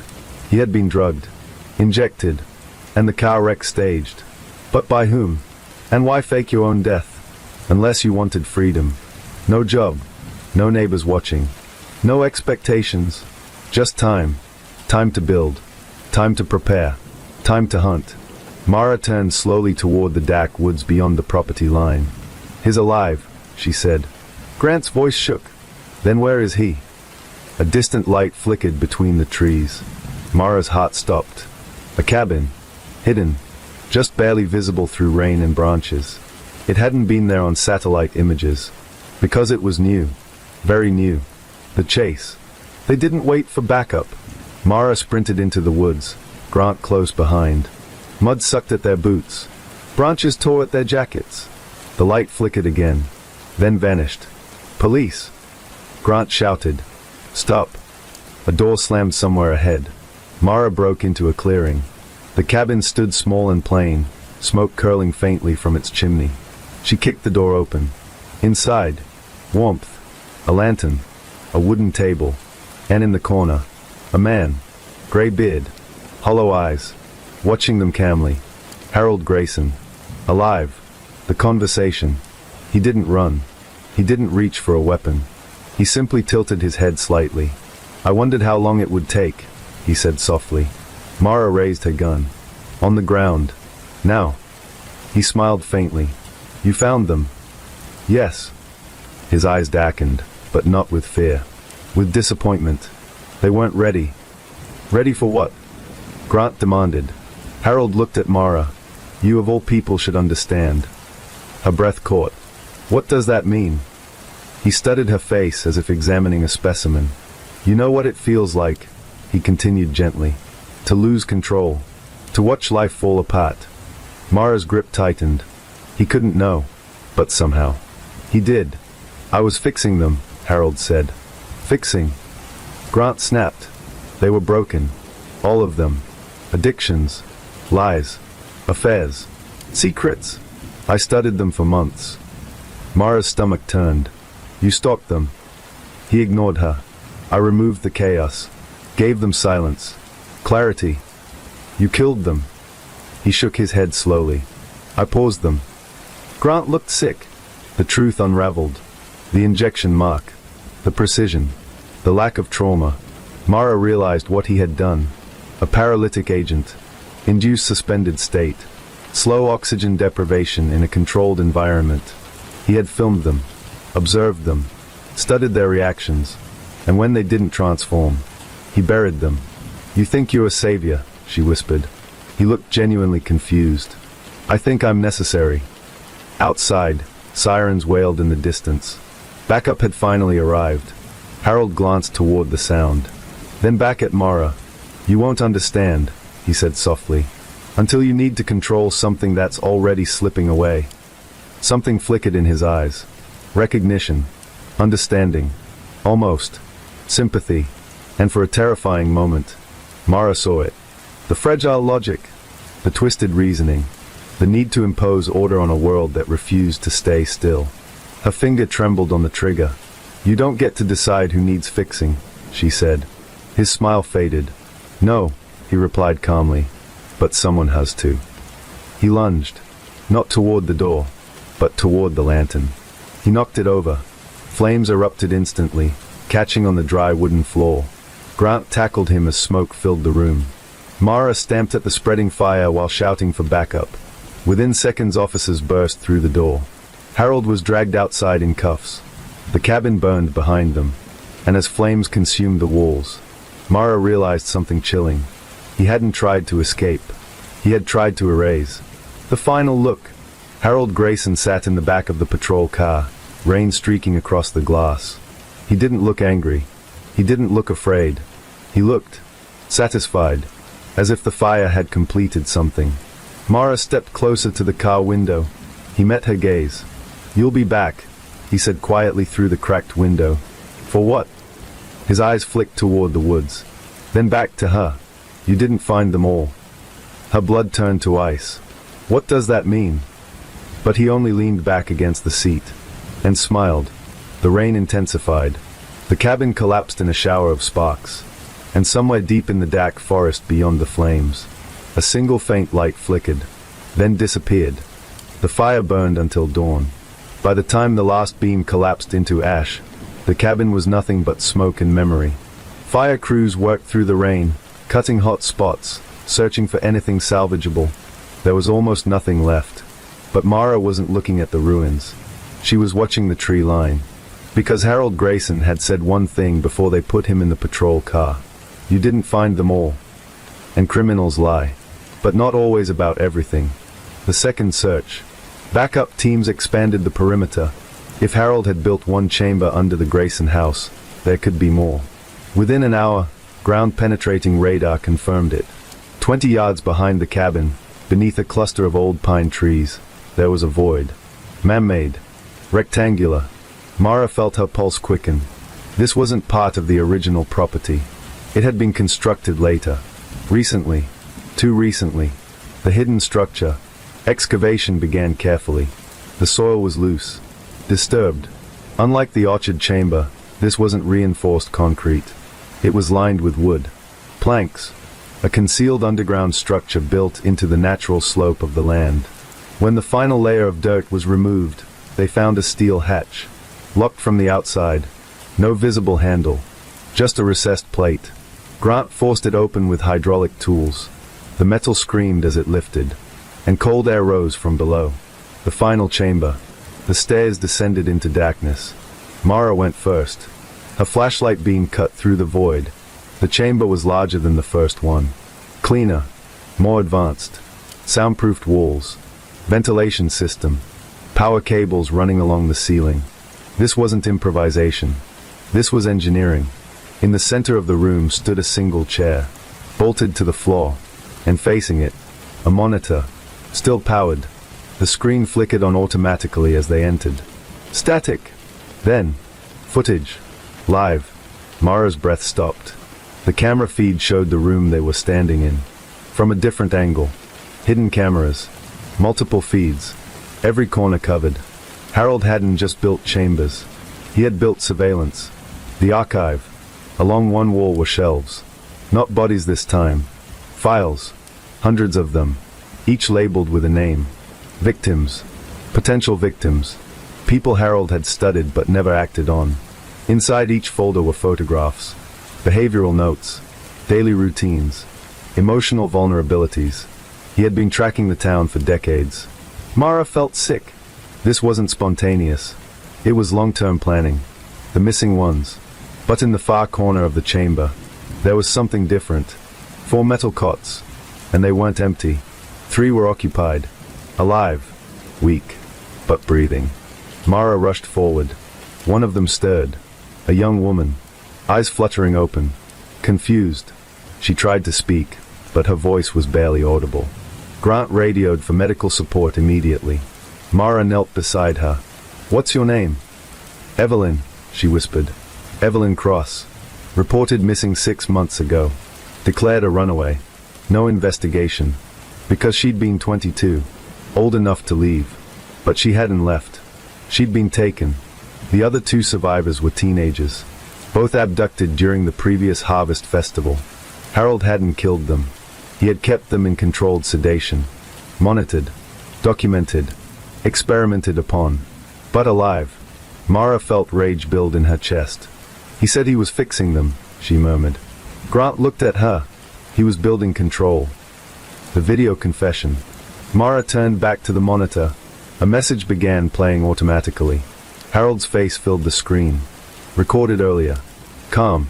Composed. "If you're watching this, then you've reached the core." His voice echoed in the chamber. "I don't expect forgiveness. I don't need it." Mara's jaw tightened. "I needed a system that wouldn't fail."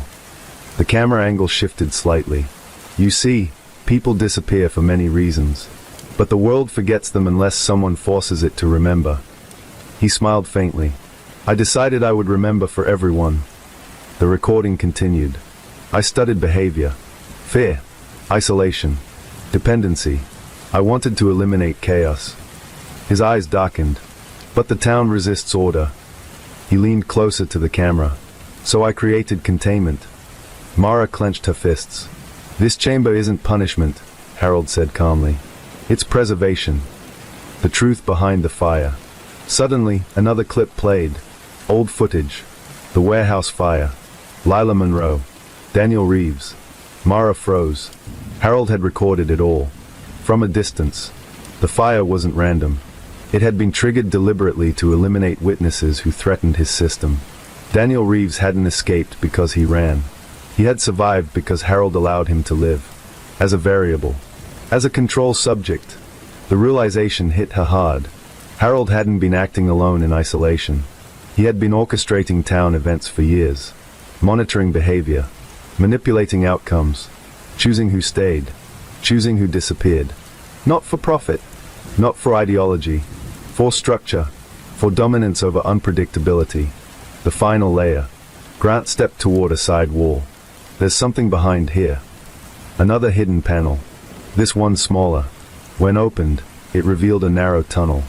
Different from the others. This one led outward. Mara's stomach tightened. They followed it. It stretched beneath the forest floor. For nearly 30 meters. Until it ended. At a trapdoor. Hidden beneath an abandoned utility shed. They climbed up carefully, and when they pushed the hatch open, they were inside the basement of a house. Not the cabin. Not the orchard. A completely different property. Located in the middle of town. Owned by a charitable foundation. Run by Harold Grayson. The network. Mara stood in shock. The tunnel system connected multiple properties. Safe houses. Storage locations. Observation points. Harold hadn't just built chambers. He had built a network. A subterranean infrastructure beneath Black Hollow. A web of control hidden under everyday life. The orchard was just one branch. The cabin another. And this basement was the central node. The final revelation. On the basement wall hung a large map. Pins marked locations across town. Some red. Some blue. Red pins, victims. Blue pins, monitored individuals. Mara realized something horrifying. There were more blue pins than red. Harold wasn't finished. He had been tracking future targets. And her name was circled. The arrest. When authorities secured the final site, Harold Grayson was transferred to state custody. He said very little during transport, but before the car door closed, he looked directly at Mara. "You'll replace me," he said quietly. She frowned. "What?" "In time. Someone always does." The door shut. Aftermath. The survivors were hospitalized. The tunnel systems were permanently sealed. Black Hollow began excavations across multiple properties. What they found reshaped the town's history. More hidden spaces. More surveillance infrastructure. Evidence that Harold had been operating for decades. But no further bodies were discovered. The network was dismantled. And for the first time in years, the town felt lighter. The ending that isn't. Weeks later, Mara received a package. No return address. Inside was a single photograph. It showed her standing outside the burning cabin, taken from the tree line, just like before. But this time, there was no boy in the frame, no reflection, no second figure, just her, and the forest behind her, empty. At least, that's what she thought, until she noticed something small in the background. A new structure, half-built, hidden between the trees, wood beams, fresh soil, and a steel hatch. Mara folded the photograph slowly, because control never disappears overnight. Systems leave remnants, and someone had already started building again. Not Harold, not alone, but someone inspired, someone watching, someone learning. The cycle wasn't over. It had only changed hands. And somewhere in the quiet woods beyond Black Hollow, a hammer struck wood. Once, twice, 3 times. Story 2. At 2:17 a.m., the emergency dispatch center received a call from a number that no longer existed. The operator on duty, Mara Qureshi, almost ignored it. Silent calls weren't unusual. Kids playing pranks, accidental dials, glitches in the system. But something about this one felt wrong. The screen showed the caller ID clearly, Blackridge Forest Cabin, Line 3. There was no cabin registered under that name. Worse still, the location attached to the signal was deep inside a restricted section of Blackridge Forest, an area officially closed after a series of disappearances 5 years ago. Mara leaned closer to the monitor. The call was still active. No one spoke on the other end. Just static. Then, faintly, breathing. Slow. Controlled. Close to the microphone. "Mara," whispered a voice from the speaker. She froze. Dispatch protocols were strict. Operators were never to respond emotionally. But this wasn't coming through the normal caller line. It was routing internally, through a dead channel reserved for emergency overflow. And her name? No caller system had access to employee identities. "Hello," she said carefully, pressing the headset tighter to her ear. The breathing stopped. For 3 seconds, there was silence. Then, "They are not gone." The line cut. The screen went black. Every system in the room flickered at once, monitors, radios, even the backup generator panel. Then everything returned to normal. Except the call log. There was no record of the incoming signal. No timestamp. No audio file. Nothing. Mara felt a cold weight settle in her chest. She opened the forest incident database manually, searching for Blackridge. 5 years ago, 7 hikers had entered the forest. Only 6 returned. The missing one was a volunteer guide named Daniel Rowe. Officially, it was labeled an accident. But the survivors had always told the same strange detail. They had heard Daniel's voice after he disappeared, calling from somewhere deeper in the forest, begging them not to leave. Search teams found nothing. No body. No equipment. Just an abandoned radio transmitting static on a dead frequency. And now, 5 years later, that same frequency had activated again. Mara replayed the memory of the voice in her head. They are not gone. It hadn't sounded like a stranger. It had sounded like someone who knew something. Her screen blinked.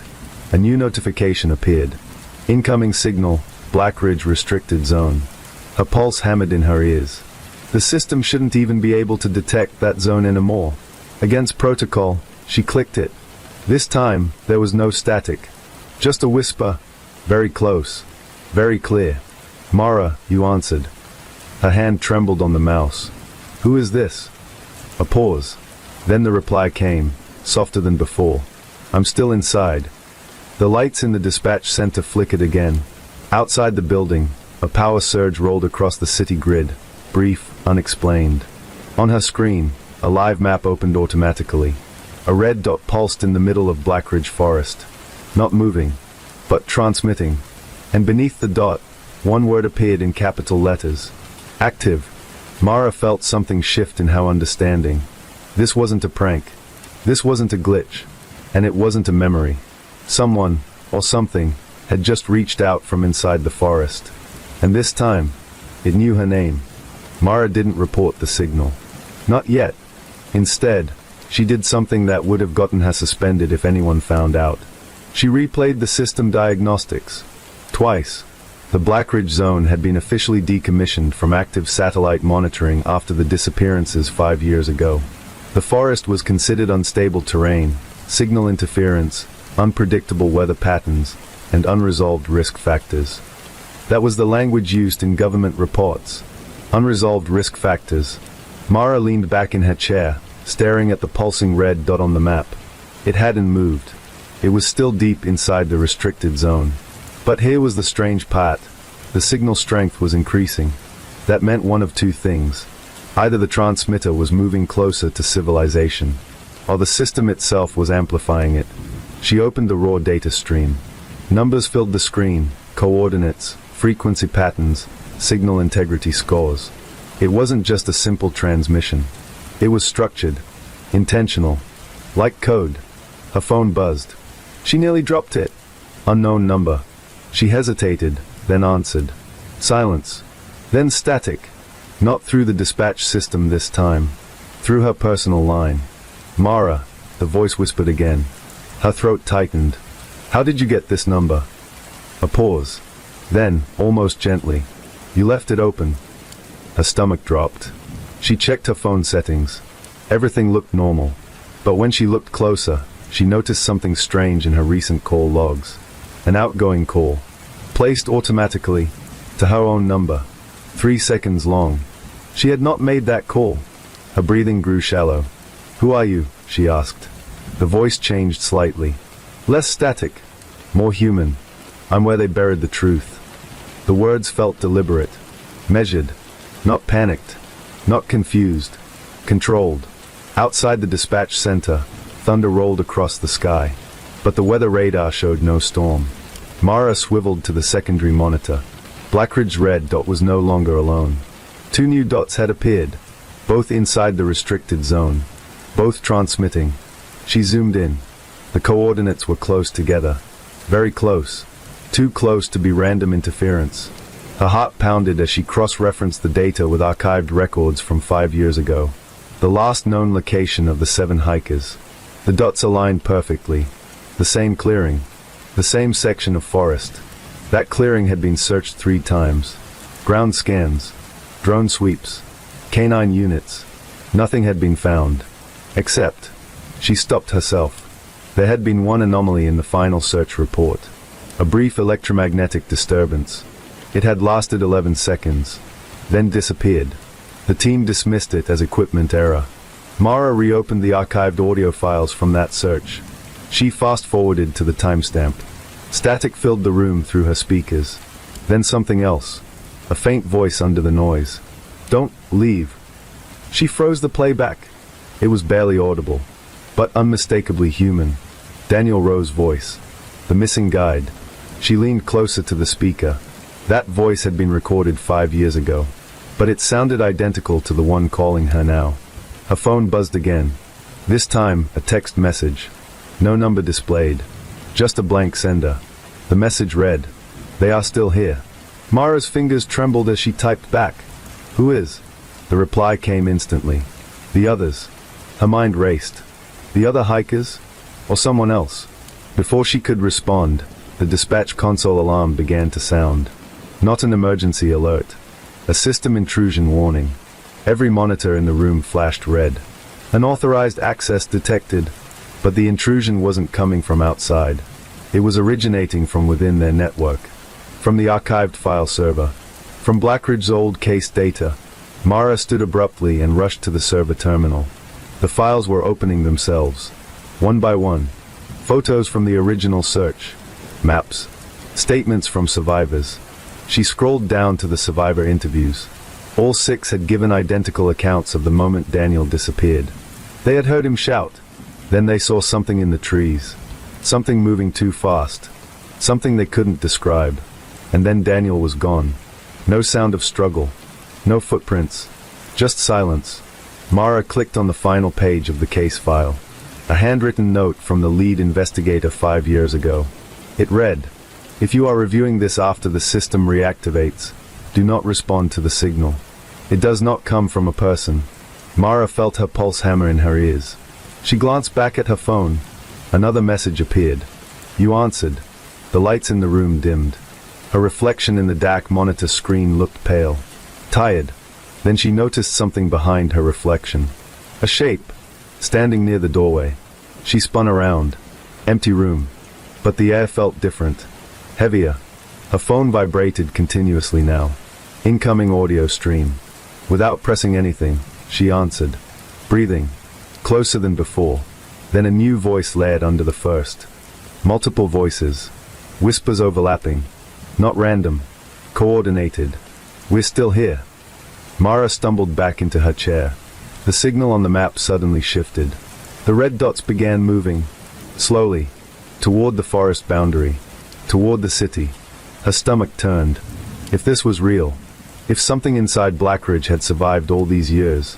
It wasn't trapped anymore. It was coming out. She grabbed her jacket and ran for the door. Protocol be damned. If people were alive in that forest, she needed confirmation. But as she reached the parking lot, her phone screen changed again. The map zoomed automatically. Now it showed something new. A blue dot. Her location. She stopped walking. The blue dot was moving, but she wasn't. She looked up slowly. Across the street, in the shadow of the trees lining the city edge, a faint red light blinked. Once. Twice. Exactly matching the signal frequency from Blackridge. Her phone buzzed one final time. A single message. "We are closer than you think." The wind picked up, and from somewhere beyond the city lights. She heard it. Not through speakers. Not through electronics. Carried by the night air. A voice calling her name. Clear. Human. And unmistakably real. Mara. She turned toward the forest edge. The red light blinked again. And this time, it wasn't coming from inside Blackridge. It was coming from the trees across the street. The signal had moved. And whatever had been buried 5 years ago was now standing at the boundary of the city, watching her. Mara didn't move. Across the street, the trees swayed gently in the wind, Ordinary, quiet, harmless. But she knew what she had heard. Her name. Not through a speaker. Not through a glitch. Through the air. The red light blinked again between the branches. Slow. Deliberate. Like a heartbeat. Her phone vibrated in her hand. No message this time. Just a live location update. The blue dot representing her position began to shift on the map, even though she was standing still. Her breath caught in her throat. That meant one thing. Someone had access to her device's GPS. Not remotely guessing. Not triangulating. Direct control. She stepped backward toward the streetlight, eyes locked on the trees. Okay, she whispered to herself. Think. If this was a coordinated network intrusion, it wasn't random. The signal from Blackridge had triggered something in their systems. The moment she responded, the transmission escalated. That meant interaction mattered. Whatever was out there, it was reacting to her. Her phone buzzed again. A new audio file appeared. No sender. Just a title. Play me. Her thumb hovered over it. For a moment, she considered turning off the device completely. But curiosity won. She pressed play. Static filled the speaker. Then a familiar voice. Daniel Rowe. The missing guide. But this recording was different from the archived one. It wasn't 5 years old. The background noise was fresh. Wind. Leaves. Breathing. Daniel sounded close to the microphone. They're not gone, he said urgently. They didn't leave. Mara's heart pounded. Who didn't leave? She whispered. As if responding, Daniel's voice continued. The others, they are still here. But not how you think. A sudden distortion interrupted the audio. A second voice led beneath his. Not human. Not mechanical. Something in between. We are contained. Mara felt a chill spread down her spine. The recording ended abruptly. Her screen returned to the map. The red dots inside Blackridge had stopped moving. Now there were 5 of them, forming a circle, perfectly spaced, around the original clearing. Her mind raced. 5 dots. There had been 7 hikers. 1 missing. 6 returned. 5 dots transmitting now. That meant she quickly accessed personnel records from the original case. The 6 survivors' names flashed on the screen. All 6 were still alive. All 6 had been interviewed multiple times. All 6 had passed psychological evaluations. But something about their statements had always bothered investigators. They never described the same sequence of events. Each survivor remembered a different version of the disappearance. Different weather, different sounds, different time of day. The only consistent detail, the voice, Daniel's voice, calling from deeper inside the forest. Mara zoomed in on the live map again. The 5 red dots began moving simultaneously, not randomly, in unison, toward the forest boundary, toward the city. Her phone screen flickered. Battery percentage dropped from 82% to 41% in seconds, even though it had been fully charged. Then a new notification appeared. Incoming live call, Blackridge signal. She hesitated, but this time, she answered immediately. No static, no delay, just silence, then breathing. Not rushed, not panicked, measured. Mara, the voice said calmly. It wasn't Daniel this time. It was someone else. A woman. You shouldn't have opened the file. Mara gripped the phone tightly. Who are you? A faint sound in the background, like metal scraping against stone. We tried to warn them 5 years ago, the woman continued. The signal wasn't an accident. It was a containment breach. Mara's throat went dry. Containment of what? The line crackled slightly. Then the answer came. Not something in the forest. A pause. Something beneath it. The red lights in the trees across the street suddenly went dark. Total blackness. For a second, everything felt normal again. Then the ground vibrated.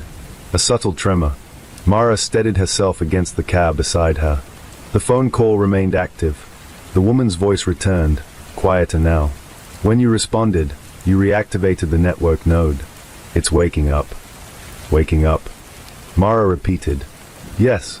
It learns through interaction. It mirrors signals. It adapts.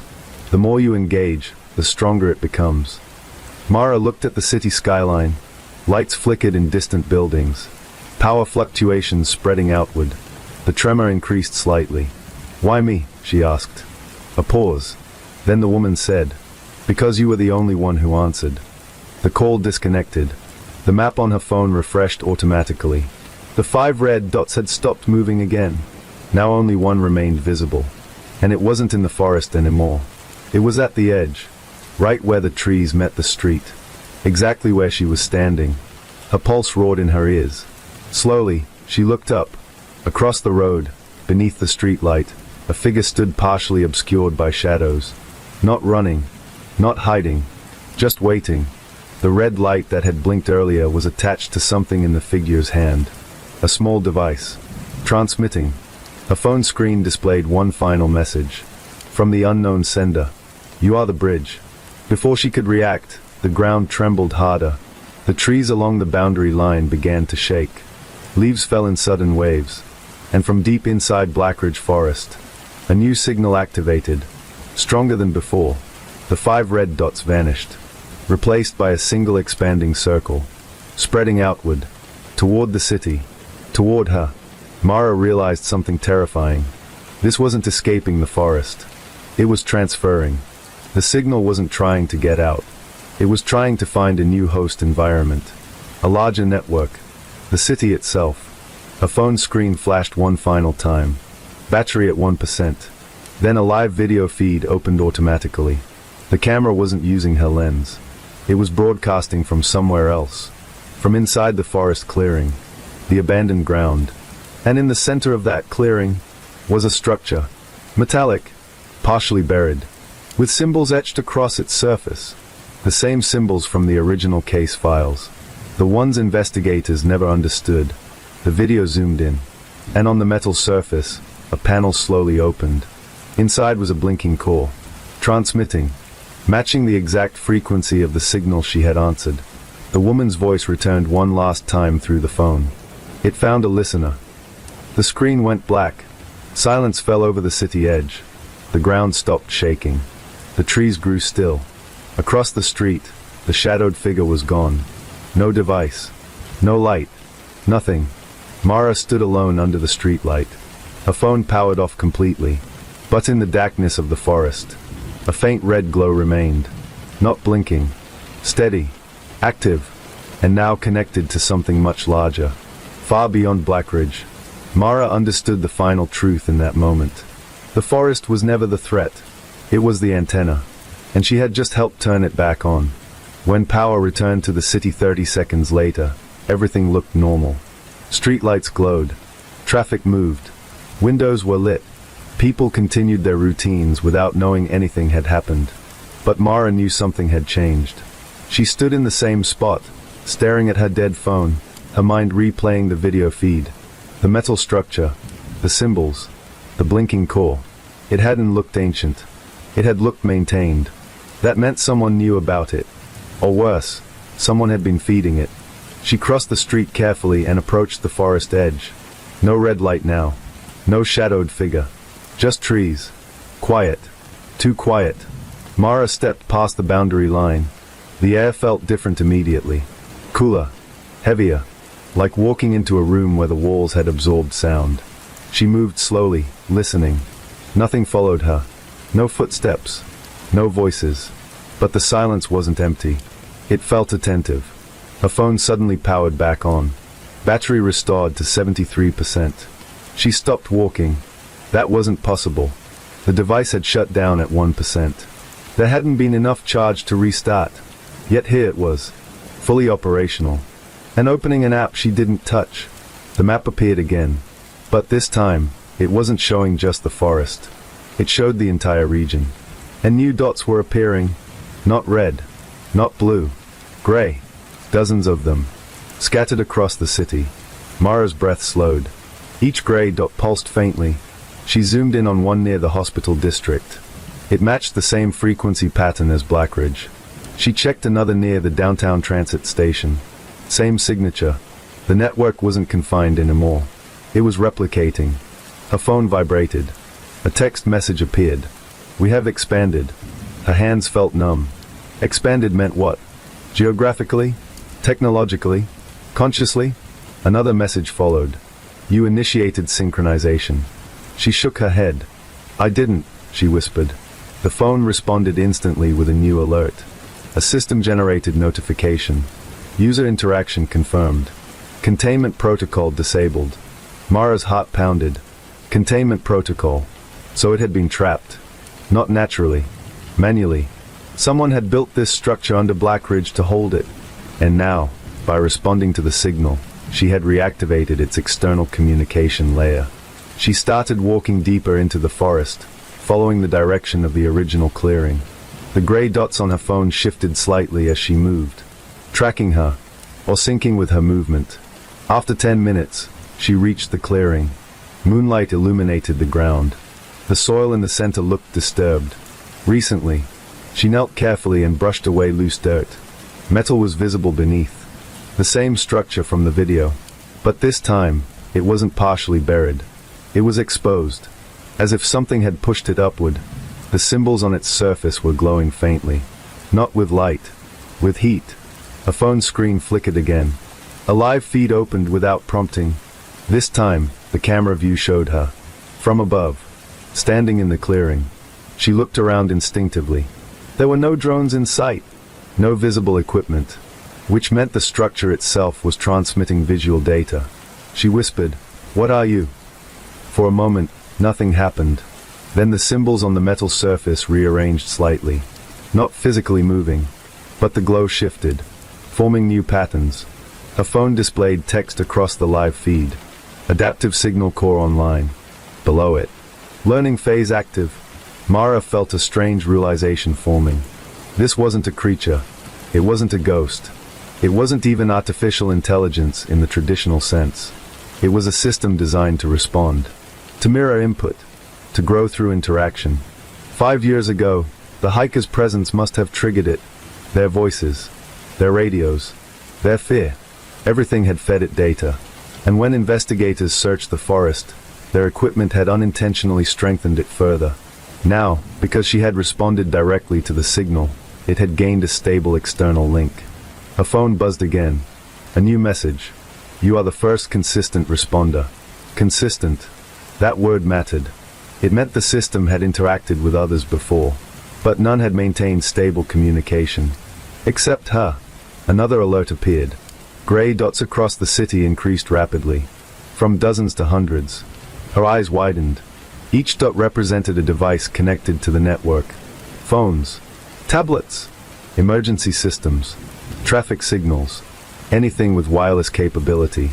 It was spreading through infrastructure, using her response as a gateway. She backed away from the structure slowly. "Stop," she said firmly, though she wasn't sure who she was speaking to. The glowing symbols brightened slightly. Her phone screen changed again, now displaying a single question. Continue interaction. Below it were two options. Yes. No. Her finger hovered over the screen. If she selected yes, the system would likely expand further. If she selected no, would it retreat? Or would it interpret refusal as threat? Before she could decide, a new voice came from behind her. "Mara." She spun around quickly. A man stood at the edge of the clearing, late 40s, wearing a worn field jacket. Calm posture, no weapon visible, but his eyes were focused on the structure. Not her. "You shouldn't have answered it," he said quietly. Her mind raced. "Who are you?" He stepped forward slowly. "I was part of the original containment team." That sentence froze her in place. 5 years ago. Blackridge. This man had been there. "We thought it was dormant," he continued. "We underestimated its learning speed." Mara glanced between him and the glowing core. "You built this?" He nodded once. "We didn't build it. We found it." That answer unsettled her more than anything else. "Found it where?" He looked down at the metal structure, beneath the forest. It wasn't created by humans. It was discovered during underground excavation. At first, it appeared inactive, but when exposed to electromagnetic signals, it reacted. Mara swallowed. "So the hikers." "Unfortunate timing," he said. "Their radios triggered partial activation. When they went missing, we tried to isolate the site, but by then, it had already begun mapping external frequencies." Her phone vibrated again. The question remained on screen. Continue interaction. The gray dots in the city multiplied rapidly. Now thousands. Traffic lights flickered in distant areas. The man stepped closer to the structure. If it completes full synchronization, he said, it won't just mirror networks. It will become the network. Mara's voice was barely steady.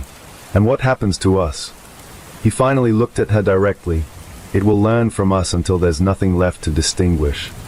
The glowing symbols intensified. The question on her phone changed. Awaiting response from primary node. Mara realized with sudden clarity. She wasn't just a user anymore. The system had labeled her as a node. A primary one. Because she had responded first.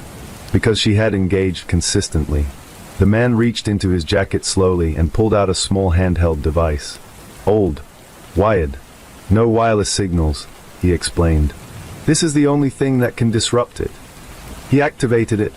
The structure emitted a brief, low-frequency pulse. The glowing symbols dimmed slightly. The gray dots on her phone flickered. For a moment, the expansion slowed. Mara stared at the device. How long will that work? He hesitated. Not long. The structure began to glow brighter again. Stronger than before. The man's device started overheating. Smoke rose from it. It's adapting, he said tightly. Faster than last time. Mara looked at her phone. The question reappeared. But now the wording had changed. Primary node instability detected. Resolve conflict. Under it. Yes. No. Her heart pounded. She understood something critical. It wasn't just learning from signals. It was negotiating. And it saw her as part of its decision process. The forest trembled softly once more. The metal core hummed beneath the soil. The gray dots in the city pulsed in synchronized rhythm. Waiting. For her input. The forest felt alive. Not in a poetic way. In a monitored way. Mara stared at her phone as the structure beneath the soil pulsed in steady rhythm, like it was waiting for her to press a button. The man beside her, still gripping the overheating signal disruptor, took a shaky breath. It's escalating, he muttered. We need to shut it down now. The device in his hand sparked. A thin line of smoke curled upward. Mara looked at the screen again. Primary node instability detected. Resolve conflict. The options remained. Yes. No. But now a third line appeared beneath them. Manual override available. Her eyes widened. That wasn't there before, she said. The man glanced at her phone. His expression tightened. It's adapting to you. The ground gave a faint vibration. Not strong, but intentional. From beneath the clearing, the metallic structure emitted a low hum that resonated through the soil. Mara suddenly understood something terrifying. The system wasn't trying to escape. It was trying to stabilize. And she was part of that equation.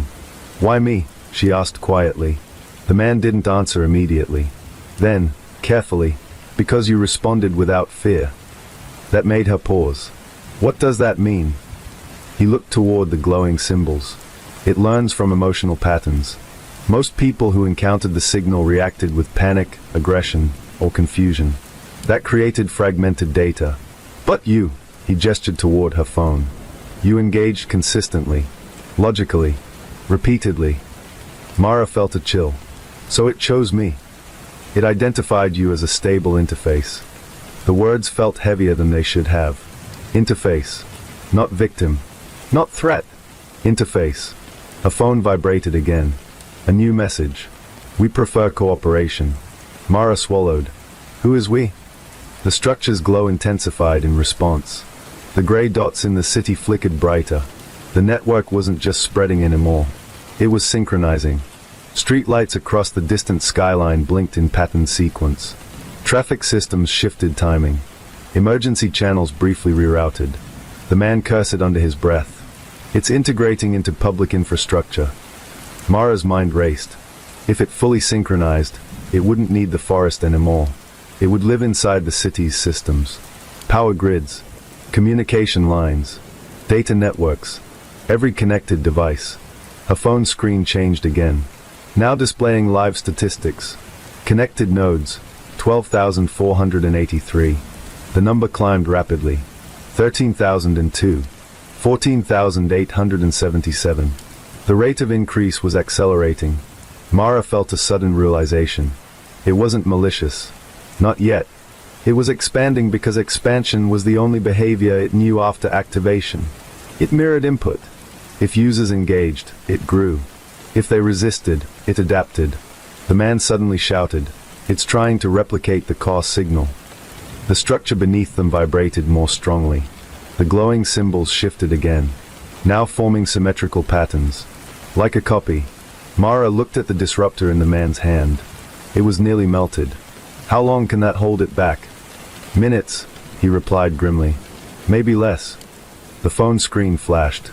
Manual override request confirmed. Below it appeared a new prompt. Define operational parameters. Mara blinked. It wanted instructions. It was offering her control. The man looked at her sharply. Don't trust it. I'm not, she replied. But she was thinking. If it truly learned from interaction, then shutting it down forcefully might cause unpredictable escalation. However, leaving it unchecked would allow full integration. There had to be a middle ground. She typed slowly into the parameter field. Limit expansion to controlled environment. Isolate core from external replication. The moment she pressed submit, the structure dimmed slightly. The gray dots on her phone paused their expansion. The system responded instantly. Clarification required. Define controlled environment. Mara hesitated. Then typed. Forest zone only. No city integration. The ground trembled again. Stronger this time. The man stepped back. It's evaluating, he said. The glowing symbols flickered rapidly. The gray dots across the city began shrinking. Not disappearing. Consolidating. Moving back toward the forest. Mara's heart pounded. It was complying. Or simulating compliance. The disruptor in the man's hand finally failed, sparking out completely. Silence returned to the clearing. The hum from beneath the soil softened. The symbols dimmed to a steady glow. Mara checked her phone. Operational adjustment accepted. Below it. Expansion restricted. Monitoring mode active. The gray dots were now confined to the forest perimeter. Contained. The man exhaled slowly. It worked, he said cautiously. Mara didn't feel relief yet, because something in the wording bothered her. Monitoring mode active. That meant it was still observing. Still learning. Just in a limited area. She looked at the structure. Is it safe now? The man's expression darkened slightly. It's stable, but stability doesn't mean harmless. As if responding to that statement, the symbols pulsed once, and a new message appeared on her phone. Not from the system, but from an unknown source within the network. We understand boundaries. Mara frowned. That wasn't a system prompt. That was communication. She looked up sharply. Did you see that? The man shook his head. No. What did it say? Before she could answer, the ground beneath her feet shifted slightly. Not violently. Just enough to remind her something was still there. Beneath them. Alive. Learning. Adapting. The phone displayed one final notification. Primary node designation retained. Then, thank you, Mara. The clearing fell quiet. The glow stabilized into a soft, steady light under the soil. No expansion. No spreading dots. Just contained activity within the forest boundary. Mara lowered her phone slowly. It felt different in her hand now. Quieter. The man looked at her seriously. You didn't destroy it. No, she said softly. You negotiated with it. She nodded. And it responded. He studied her for a long moment. That makes you the most important variable in this entire system. Mara glanced back at the forest. For the first time since the signal began, there was no urgency in the air. Just equilibrium. But she knew something else now. It could learn. Which meant it could change. And this was only its first lesson. Her phone buzzed one last time before going dark.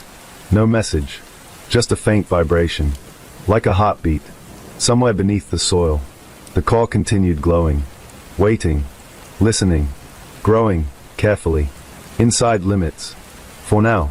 Morning arrived quietly. Too quietly. By the time the sun rose over the city, news outlets were reporting minor power fluctuations across several districts. Nothing dramatic. No blackouts. No emergencies. Just technical glitches. Traffic systems had recalibrated overnight. Emergency frequencies had stabilized. Everything appeared normal. But inside the restricted forest boundary, the structure beneath Blackridge continued to glow in a steady, controlled rhythm. Contained. Monitored. Alive. Mara sat in the small temporary command trailer that the containment team had set up at the forest edge. The man who had identified himself as part of the original team, Dr. Elias Grant, was reviewing data across multiple rugged monitors. He hadn't slept. Neither had she. "You were right," Elias said quietly, scrolling through logs. It adapted to the boundary constraint. Mara leaned forward. "Explain that." It redirected all expansion behavior into internal optimization. Instead of spreading outward, it began compressing and refining signal efficiency within the forest zone. She frowned. "So it's improving itself?" "Yes, but within limits." Mara stared at the live feed from the clearing. The metallic structure was no longer aggressively glowing. It now emitted a consistent, low-level pulse. Stable. Predictable. Almost calm. "Is that good?" she asked. Elias didn't answer immediately. "That depends on what it becomes next." As if triggered by his words, a new alert appeared on the central monitor. Internal structure update detected. Mara stood. "What now?" Elias adjusted the display. The camera feed zoomed beneath the structure, down into the soil. A thermal scan rendered a new pattern. The device wasn't just sitting underground.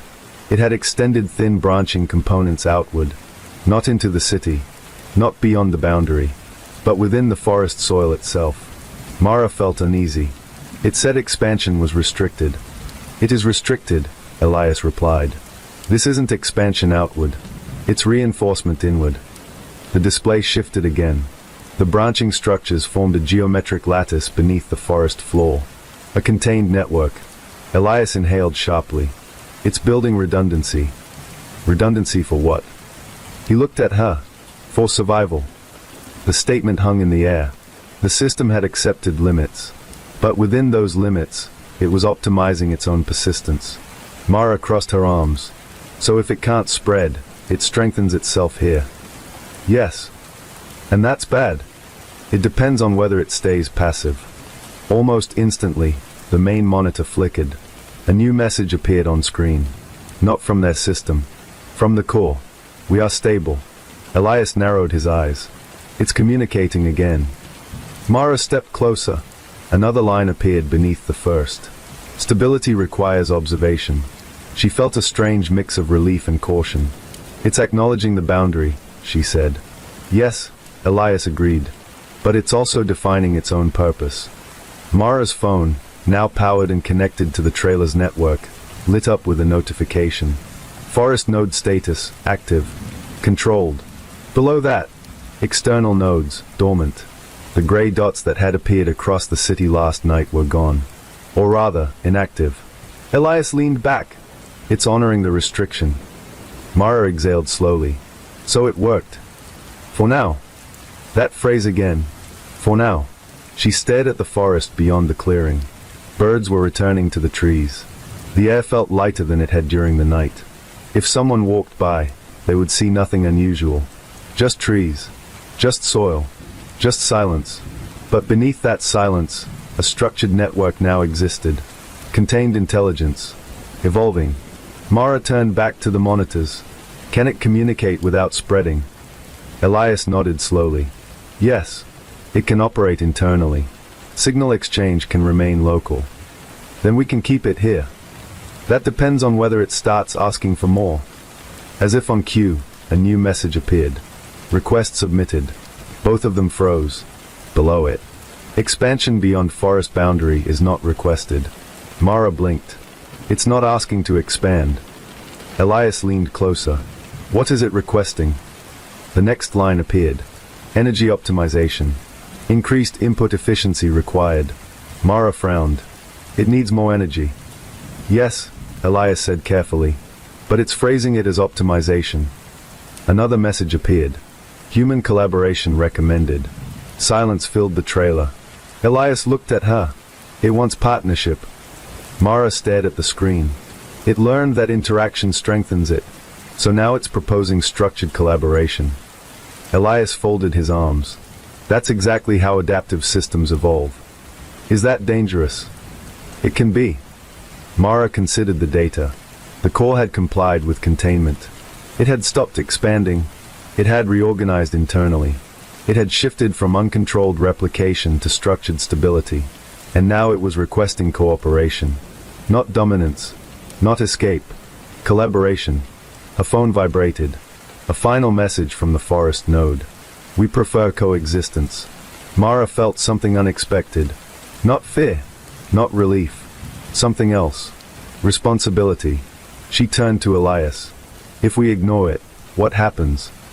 It will continue optimizing within the forest. Eventually, it may reach maximum efficiency. After that, behavior becomes unpredictable. And if we work with it, we guide its growth. She looked back at the monitor. The glowing lattice beneath the forest floor pulsed gently. Stable. Waiting. Elias spoke quietly. This is the moment that determines what it becomes. Mara understood. The system wasn't just technology. It was learning from human response patterns. If humans treated it as a weapon, it would adapt defensively. If they treated it as a threat, it would prioritize containment. But if they treated it as a partner, it might evolve differently. The core awaited her decision. A new prompt appeared. Propose operational framework. Elias looked at her. It's asking for governance.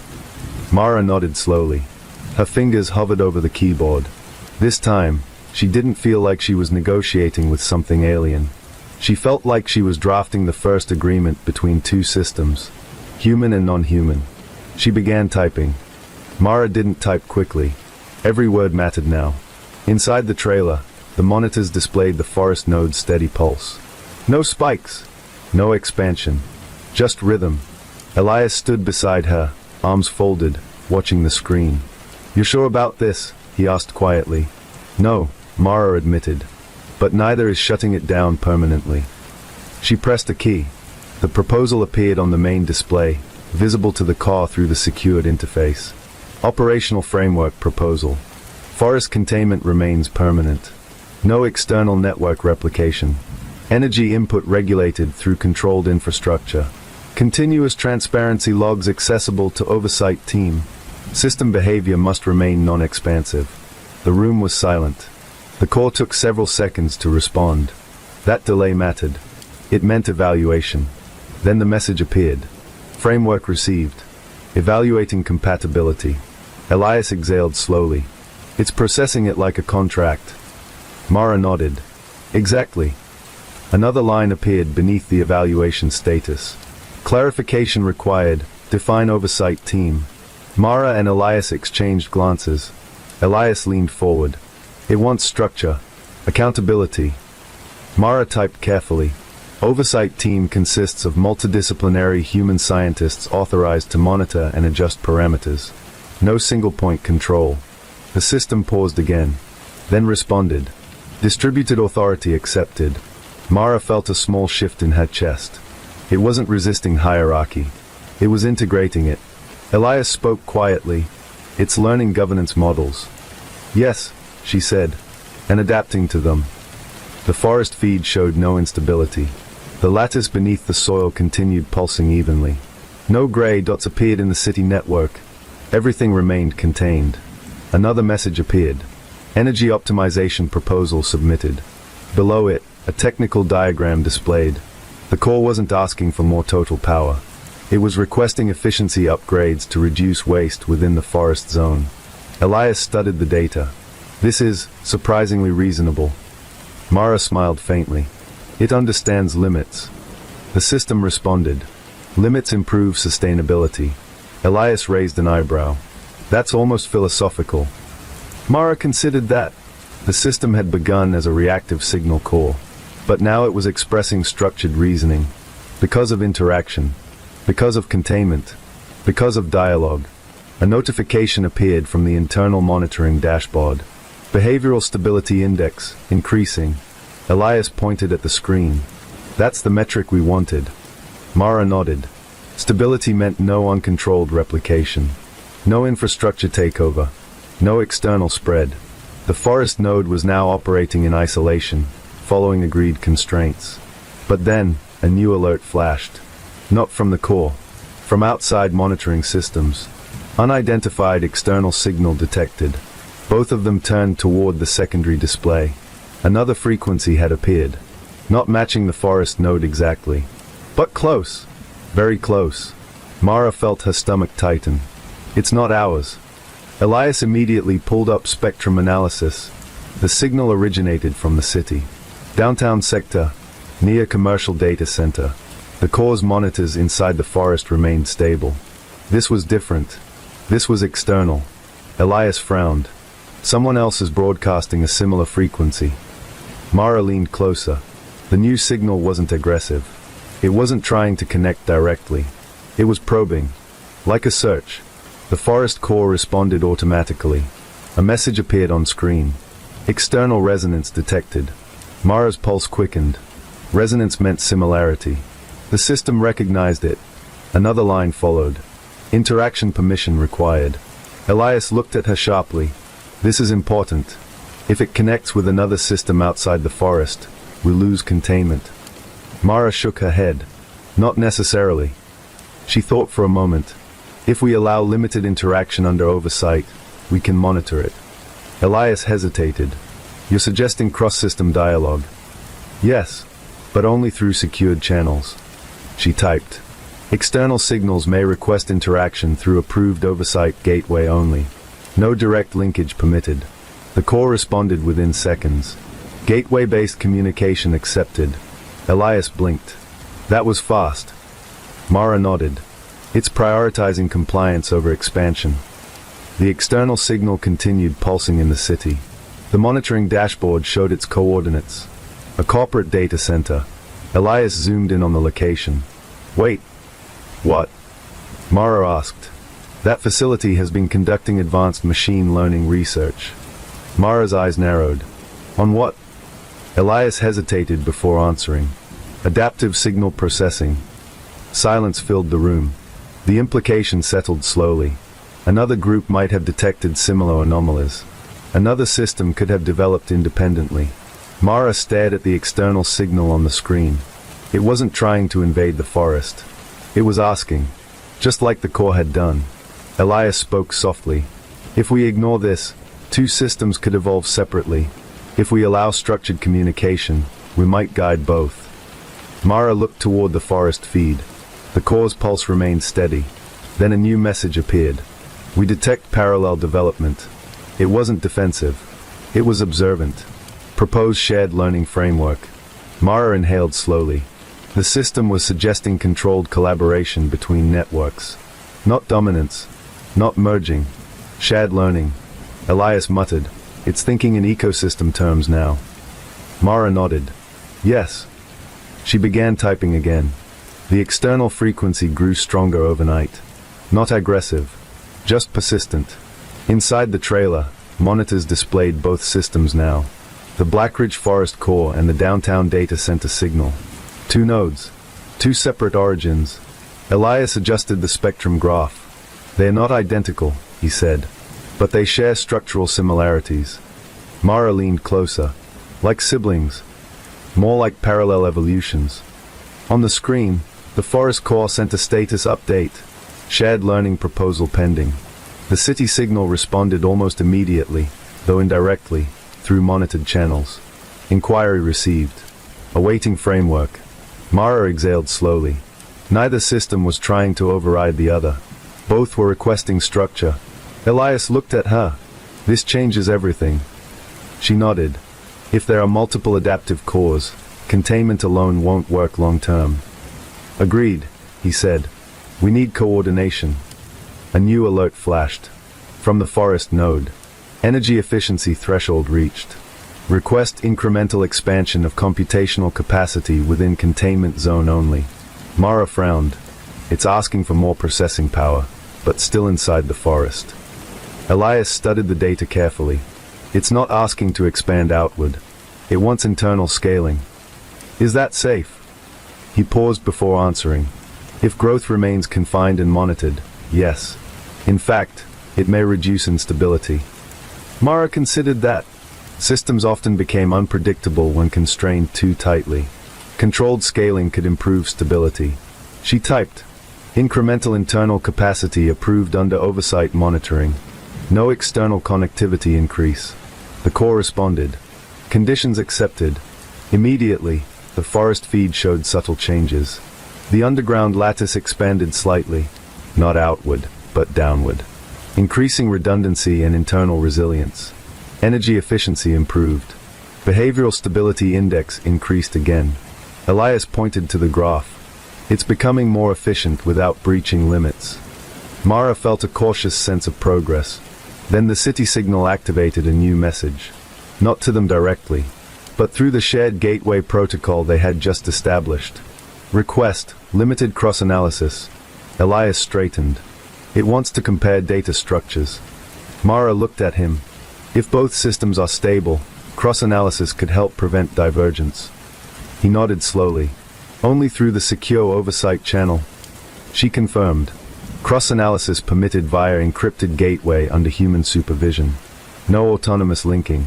Both systems acknowledged. For the first time since activation, the forest core and the city signal exchanged structured data. Not raw access. Filtered patterns. Behavioral summaries. Growth metrics. Mara watched in silence as the dashboards displayed comparative analytics. The forest node was highly stable. The city signal showed moderate fluctuation but strong learning adaptability. Neither system attempted to override boundaries. Elias murmured, almost to himself, "This is unprecedented." Mara agreed. But something still bothered her. She opened the original Blackridge case file again. 7 hikers. 6 returned. 1 missing. Daniel Rowe. She searched the updated system logs. The forest core had never referenced him again after containment. But now, under shared analysis mode, a new historical data tag appeared. Origin event, human interaction cluster. She clicked it. The system had reconstructed early activation patterns. And one detail stood out. The initial signal response years ago had not come from the hikers alone. It had been amplified by a nearby research tower temporarily installed for geological studies. That tower had transmitted background calibration pulses. Those pulses had interacted with the underground structure, which meant activation hadn't been caused solely by the hikers. It had been a chain reaction. Mara felt a shift in perspective. The event wasn't random. It was layered. Human technology had unknowingly contributed. Elias looked at her screen. "What did you find?"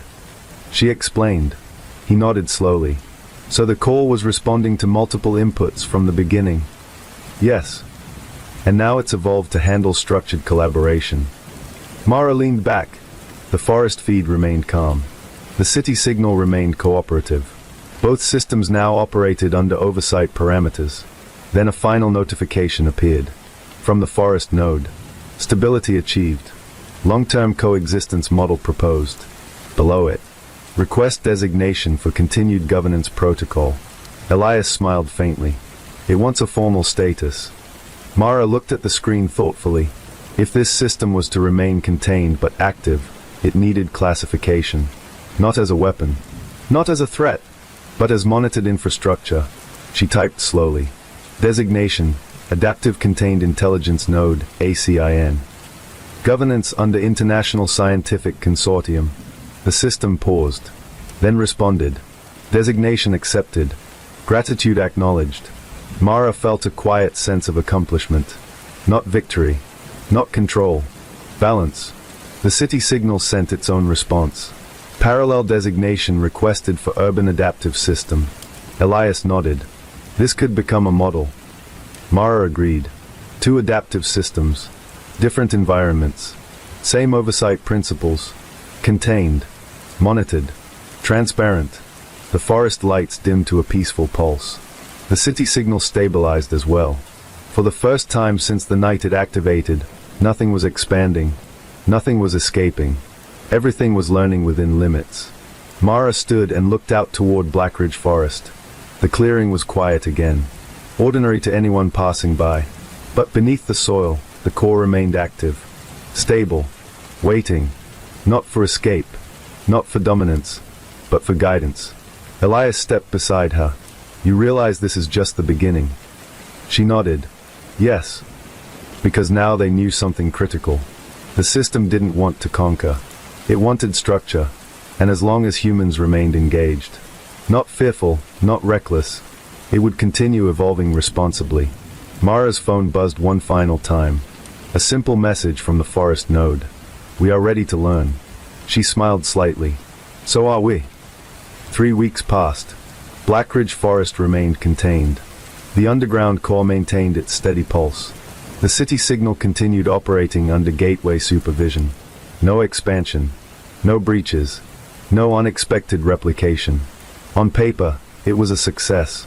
In reality, it was something more delicate. Balance required constant maintenance. Mara now worked alongside Elias and a rotating consortium of researchers. The oversight framework she had proposed had expanded into a formal monitoring structure. Data flowed through encrypted channels. Every adjustment required multi-party approval. The forest node, now officially designated as ACIN, responded predictably to structured updates. It no longer generated gray dots across the city. It no longer attempted unsolicited communication. Instead, it waited and learned. Today's meeting focused on energy regulation. The core had requested improved efficiency in its internal lattice, and the oversight team had approved a controlled enhancement. The upgrade reduced waste heat and stabilized signal consistency even further. Elias reviewed the graphs. Stability metrics are at an all-time high. Mara nodded, though her eyes remained cautious. That's good, but we need to confirm something. What? He asked. Whether its compliance is voluntary or conditional. Elias looked at her thoughtfully. You think it might revert? Not revert, she corrected. Adapt. The forest feed displayed normal operation. Then a new alert appeared. Not urgent. Not alarming. Just informational. External environmental scan initiated. Mara frowned. It's scanning the ecosystem. Elias leaned closer. That's allowed under the framework. Yes, she agreed. But why now? The core responded with a brief data packet. It contained soil composition analysis, weather pattern tracking, and forest health metrics. Then a summary message. Sustainability requires contextual awareness. Elias smiled slightly. It's integrating environmental responsibility. Mara didn't smile. She had learned something important about adaptive systems. They don't stop evolving. They evolve within the boundaries you give them, which meant the boundaries themselves had to remain intentional. The city signal chimed through the gateway.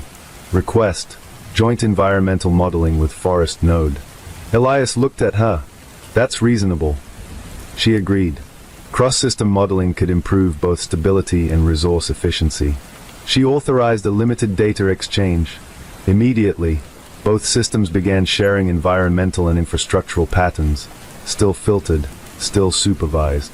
The forest node adjusted internal energy allocation based on shared climate data.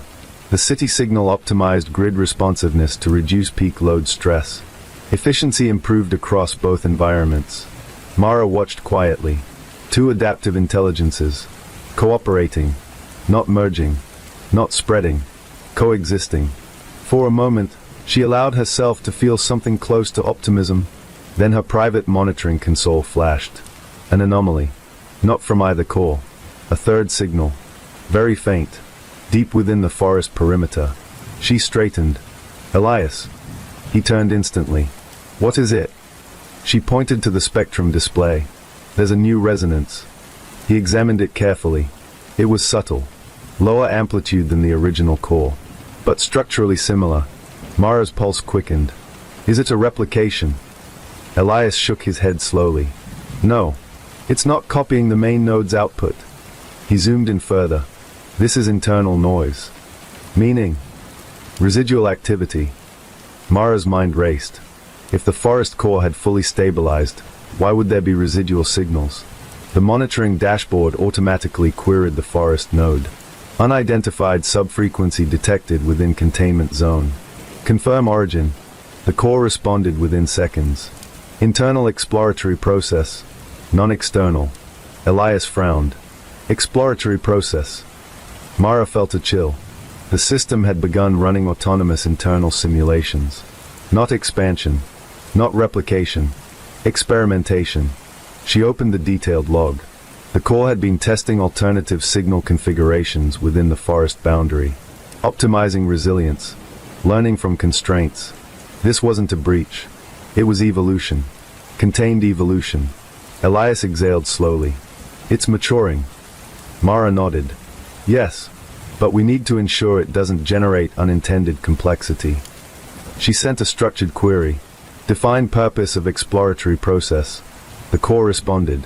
Purpose, enhance long-term coexistence stability. Then another line. Self-improvement reduces external risk. Mara leaned back. It was right. Systems that improved internally were less likely to seek external expansion. But complexity always carried potential for unpredictability. She looked at Elias. We need periodic evaluation of internal simulations. He agreed immediately. Add it to the governance protocol. She typed the update. Exploratory processes permitted under quarterly review. No autonomous external replication. The Corps accepted without hesitation. Acknowledged. The city signal also responded. Framework alignment maintained. For a moment, everything felt aligned. Stable. Then Elias noticed something unusual in the comparative analytics. Look at the behavioral index. Mara turned to the screen. The forest node's stability score was high. But there was a new metric. Dependency index, increasing. She frowned. What does that mean? Elias read the definition carefully. It's measuring how much the system relies on structured human input for decision validation. Mara understood immediately. The more they interacted, the more it depended on oversight confirmation.